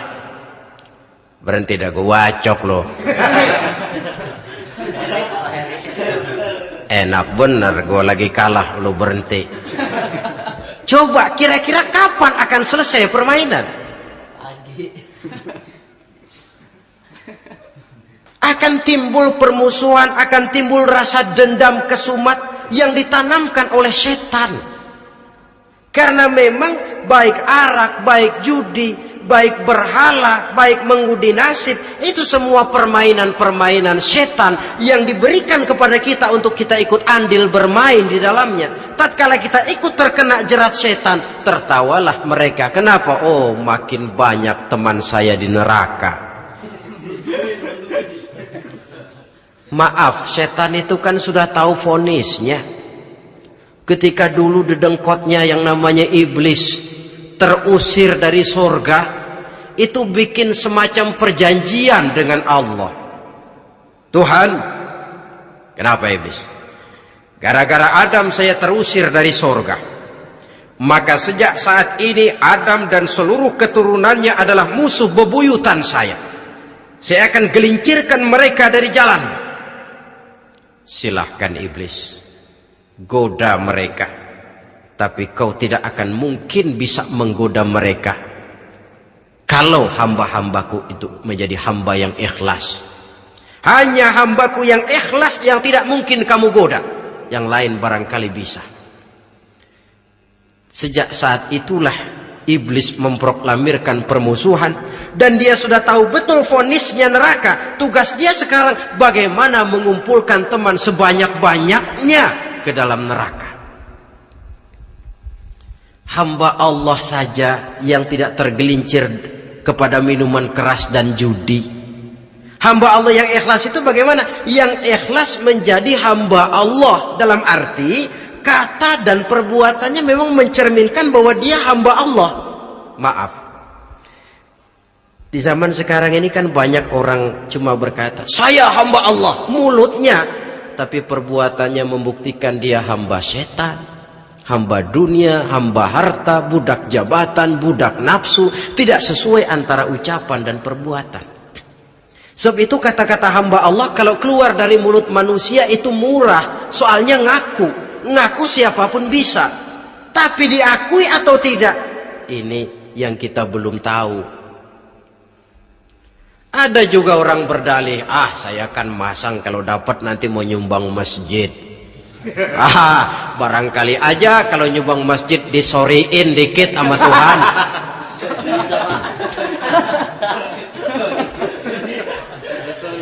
Apa bisa begitu?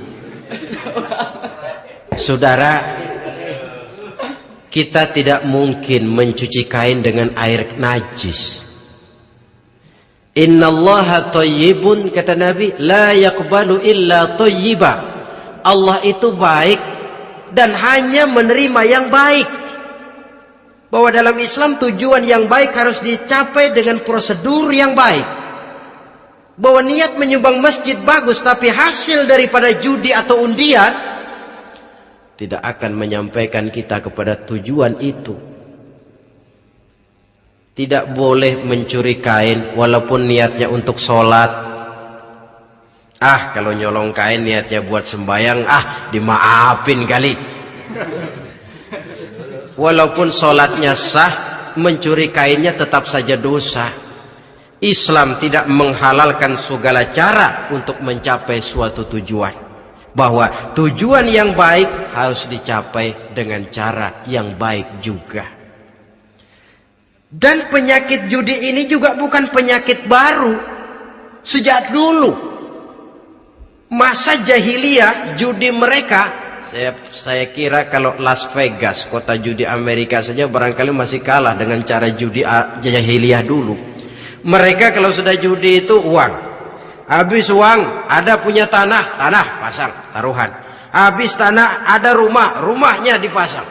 Apalagi yang ada? Ternak unta dipertaruhkan. Harta habis, rumah ludes, kebun binasa, ada istri juga dipasangin. Judi.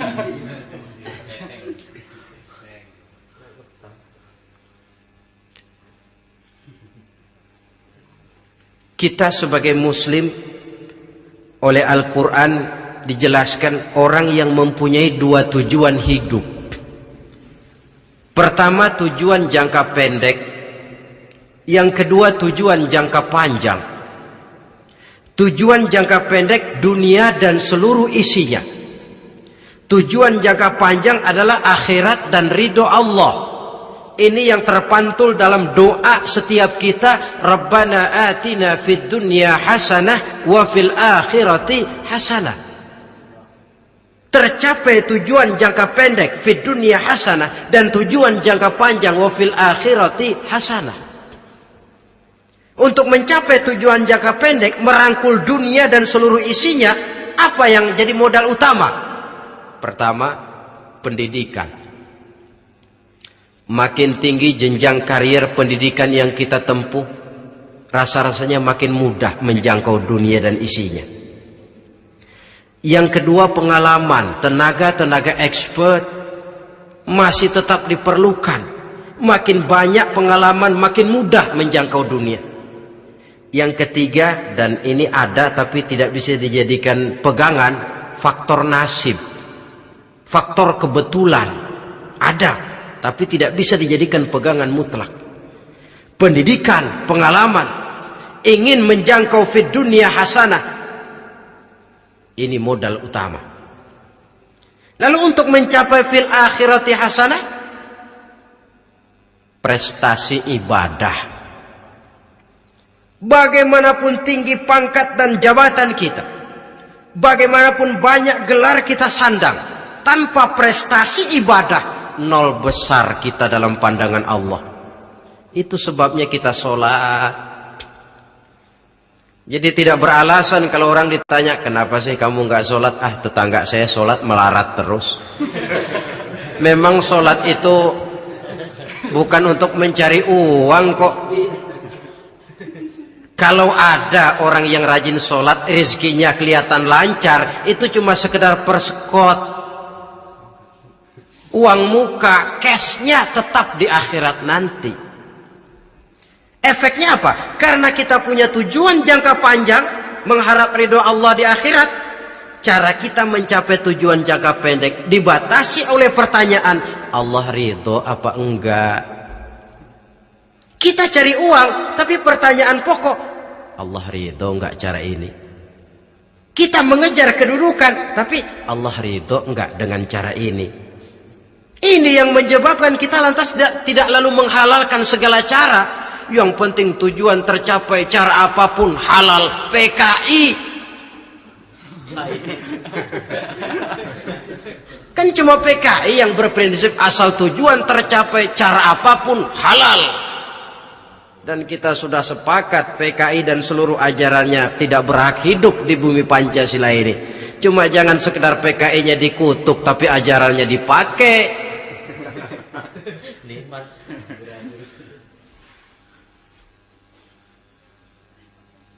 Nah, untuk mencapai dua tujuan ini, Islam mengajarkan sistem keseimbangan. Sehingga Nabi sabdakan, "I'mal lidunyaka ka'annaka ta'ishu abada, wa'mal li akhiratika ka'annaka tamutu ghada." Bekerjalah buat duniamu seolah-olah kau akan hidup untuk selamanya, tetapi bekerjalah untuk akhiratmu seolah-olah kau akan mati besok. Jadi kalau kita sudah sholat menghadap Allah, usolli fardul maghrib, Allahu Akbar, ingat seolah-olah kita akan mati besok supaya timbul khusyuknya. Tapi kalau kita sudah bekerja, kuliah, bekerja, belajar di tempat tugas, ingat seolah-olah kita akan hidup selamanya supaya timbul gairah kerja. Jangan dibalik. Di kantor ingat mati, lemas terus. Ngapain kerja sungguh-sungguh bakalan mati. Lagi sholat ingat Duta Merlin, Altiron Plaza, ya kacau. Salah pasang, tidak pada tempatnya. Untuk mencapai fid dunya hasanah ini, Islam mengajarkan tempuh jalur yang mengikuti sunnatullah. Itu yang dihargai oleh agama. Terikat oleh hukum kausal bahwa kalau ini yang saya usahakan hasilnya akan begini. Perkara nanti hasil tidak seperti yang kita harapkan, baik sangkalah kita kepada Allah. Sebab kita tidak tahu rahasia apa di belakang itu. Kadang orang mengeluh, habis saya rajin sholat tapi rezeki seret, berhenti aja dah. Kita tidak tahu rahasia di belakang itu. Pernah hadirin, satu hari seorang petani, dia selesai bekerja di ladang, istirahat. Dia tidur di bawah sebuah pohon beringin. Di sebelah pohon beringin itu ada pohon labu. Dia berpikir, kalau saya lihat-lihat Tuhan nggak adil katanya. Masa pohon beringin pohonnya besar, buahnya kecil. Pohon labu pohonnya kecil, buahnya gede. Tuhan bukan arsitek ulung ini.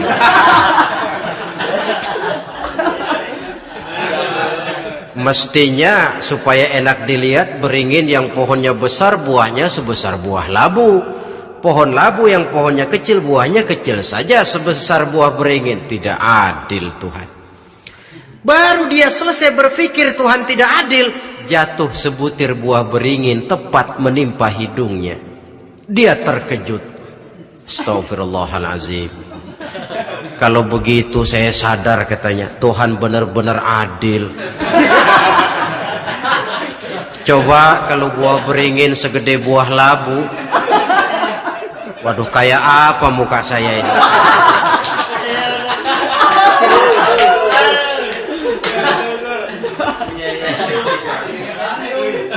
Baru terbuka pandangan matanya setelah berhadapan dengan kenyataan. Baru keluar respect. Allah benar-benar adil. Padahal semenit yang lalu dia masih berkata, Tuhan bukan arsitek ulung. Tapi semenit kemudian setelah berhadapan dengan kenyataan yang real dia hadapi, wah, Allah benar-benar adil.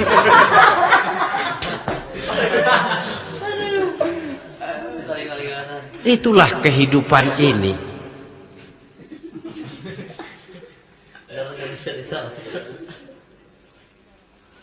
Saudara hadirin yang saya hormati, karena itu baik arak, baik judi, dua-duanya merupakan bahaya laten yang tidak hanya mengancam kehidupan agama, tetapi juga masyarakat, bangsa dan negara, apalagi kalau sudah jatuh kepada generasi penerus. Dan yang bagaimanapun juga saya berpikir sebenarnya remaja, pemuda, pemudi kita cuma korban dari suatu sistem. Sebab ini merupakan tanggung jawab bersama. Ulama mubalik macam saya paling wewenangnya cuma ngomong. Yang punya SK untuk memberhentikan pabrik minuman keras itu kan Menteri Perindustrian. Tangan-tangan eksekutif. Sehingga kalau Nabi katakan, man ra'a minkum munkaran falyughayyir biyadihi wa illam yastati' fa bilisanihi wa illam yastati' fa biqalbihi. Apabila salah seorang kamu melihat suatu kemunkaran, termasuk minuman keras dan judi di dalamnya, rubah itu. Dengan cara apa? Kalau kau mampu dengan tangan, artinya power, kekuatan. Kalau dengan tangan tidak mampu, wah, ini orang kalau gue pukul gue yang melintir nih. Umpamanya, fabilisani, dengan lidah ngomong. Mas, saya senang sampean tinggal di sini, kampung kami tambah warga, tapi tolonglah jangan bawa pengaruh yang tidak baik. Kalau ternyata bicara pun tidak berani, fabiqalbi, cukup dalam hati, sekurang-kurangnya tidak ikut membenci kemungkaran dalam hati. Itulah kadar iman yang paling lemah. Ini secara umum. Tapi kalau hadis ini kita mau adakan semacam, katakan description of job, bahasa kerennya, kita adakan pembagian tugas. Siapa yang harus merombak kemungkaran dengan power? Penguasa, pemerintah, sebab dia punya aparat. Siapa yang merombak kemungkaran dengan lidah? Ulama, kiai, mubalik, ngomong. Siapa yang hanya merubah kemungkaran dalam hati? Kita umumnya rakyat lemah ini. Yang mau ngomong nggak berani tapi hati pegel. Nah, kalau sudah ada pembagian tugas semacam itu, insya Allah masing-masing akan berjalan pada relnya, dan pada akhirnya selamatlah kita, bangsa Indonesia, umat Islam pada khususnya, dari bahaya, baik bahaya minuman keras maupun bahaya judi. Menyelamatkan bangsa, dan yang lebih lagi menyelamatkan masa depan kita. Sekianlah saudara pertemuan kita pada saat ini. Mudah-mudahan ada manfaatnya. Terima kasih.